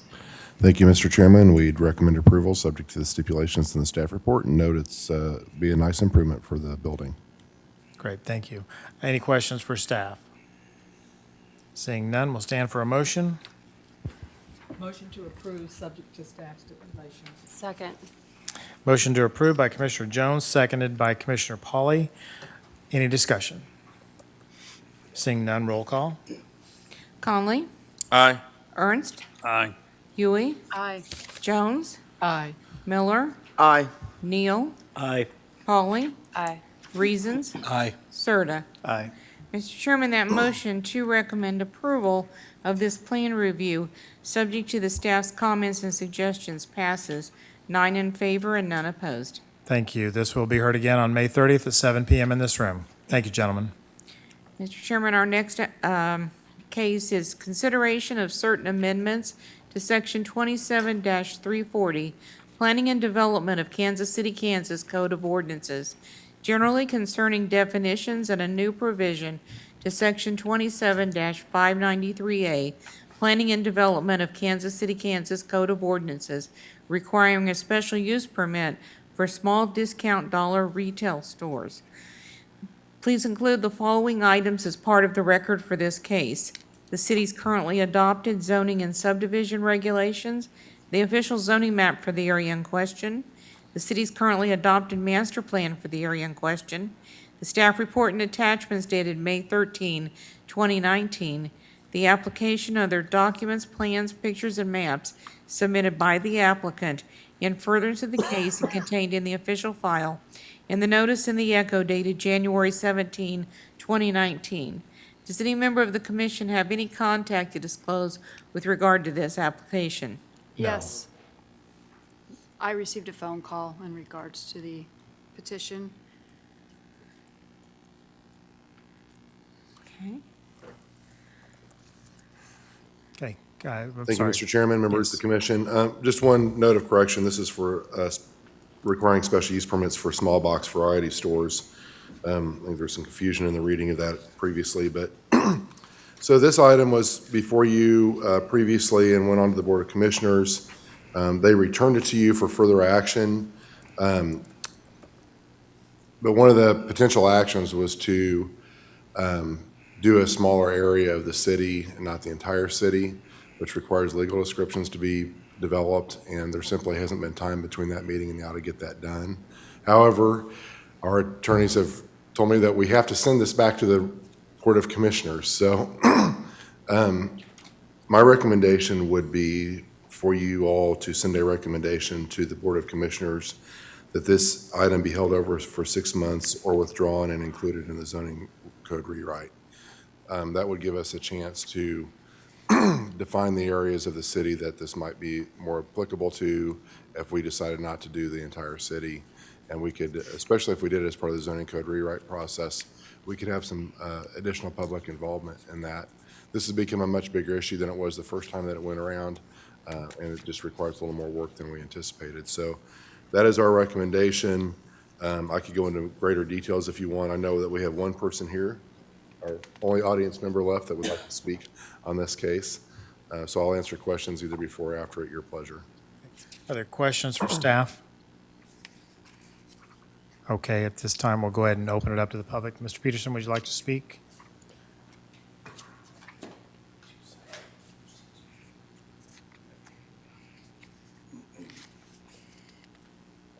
Thank you, Mr. Chairman. Pete Peterson, 748 Ann, Kansas City, Kansas. If that's the staff recommendation as laid out in the staff report, we have no objection. Okay. Oh, and I'm going to compliment you on getting through 27 items tonight in basically 2 hours. We're working on it. I'm sorry, any questions for staff? So the recommendation is for holdover. Is there? You'd be recommending to the Board of Commissioners that they hold it over Excuse for me. 6 months. Recommendation to the Board of Commissioners for a holdover for 6 months. Commissioner Miller. Wasn't there also the recommendation of just waiting until the code rewrite happens? I think that that's, if that would be your recommendation, then that, I mean, that's also that kind of 6 month time frame. So you could recommend one or the other or let them decide. I'd probably prefer that it go with a zoning code rewrite. Because that way we're not doing an amendment right before or right after we adopt it. That was kind of what my thought was, because then you're not also tying them to making that sure that happens in 6 months. Correct. So this time, what is your pleasure? Move to withdrawal until code. Well, you're making a recommendation to the Board of Commissioners. Yes. So what recommendation would you like to make? Recommend that this be withdrawn until code rewrite. Okay. So, well, the recommendation is to include it in the zoning code rewrite and drop the current case. So is that correct? Yes. Okay. Is there a second? Okay. Motion to hold over until code rewrite by Commissioner Miller and seconded by Commissioner Jones. But we do anticipate that to be within a 6 month time frame, approximately. I'm shooting for it to be before you in September. It might be October or November, but that's but in the foreseeable future? Yes. Okay. Any discussion on the motion? Seeing none, roll call. Conley? Aye. Ernst? Aye. Yui? Aye. Jones? Aye. Miller? Aye. Neal? Aye. Pauly? Reasons? Aye. Serta. Aye. Mr. Chairman, that motion to recommend that this ordinance amendment be withdrawn and be made part of the zoning rewrite effort passes 9 in favor and none opposed. And this will go to the Board of Commissioners on May 30th also. Correct. All right, thank you. Mr. Chairman, I've got 2 applications that I'm going to recall and to see if the applicant is here. First one is special use permit application SP 2019-11, Heather L. Hawk with Rescue Me KC, special use permit for an animal shelter for up to 20 adult dogs at 4229 Schwartz Road. Mr. Chairman, the applicant is still not here. The staff recommendation was to deny. It continues to be to deny, especially following the testimony earlier this evening. And I would note that we will be contacting Animal Control in the morning. Okay. Are there any questions for staff? Okay, we'll stand for a motion. Motion to deny per staff's recommendations. Second. And is that motion based on testimony tonight? Yes. Motion to deny based on testimony received this evening from the public and staff recommendations made by Commissioner Reasons and seconded by Commissioner Huey. Any discussion? Seeing none, roll call, please. Conley? Aye. Ernst? Aye. Huey? Aye. Jones? Aye. Miller? Aye. Neal? Aye. Pauly? Reasons? Aye. Serta. Aye. Mr. Chairman, that motion to recommend denial of this special use permit based on the testimony given tonight and the reasons listed in the staff report passes 9 in favor and none opposed. Thank you. This will be heard again at the May 30th meeting at 7 p.m.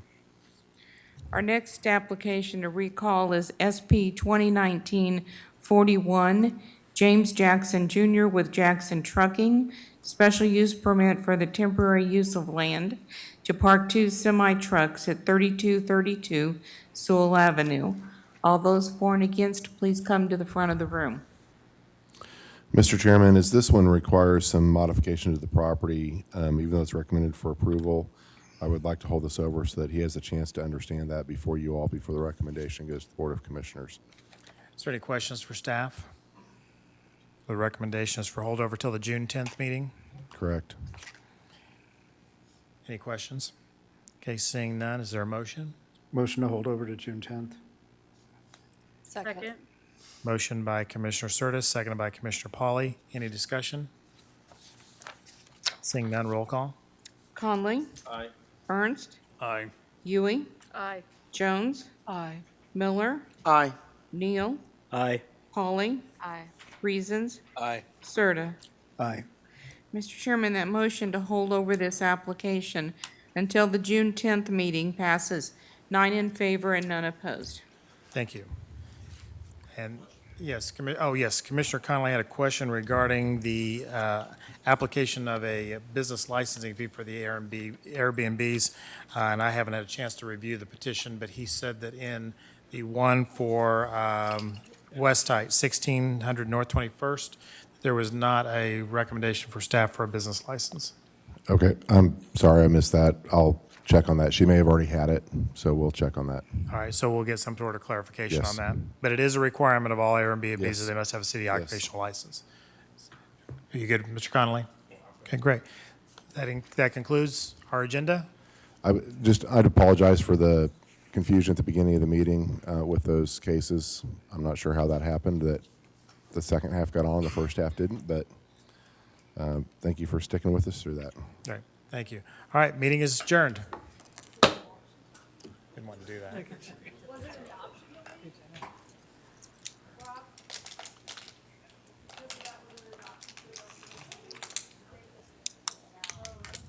I can't hear you.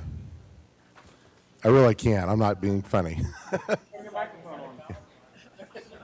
We're still being recorded. Oh, yeah, look, and my mic's still.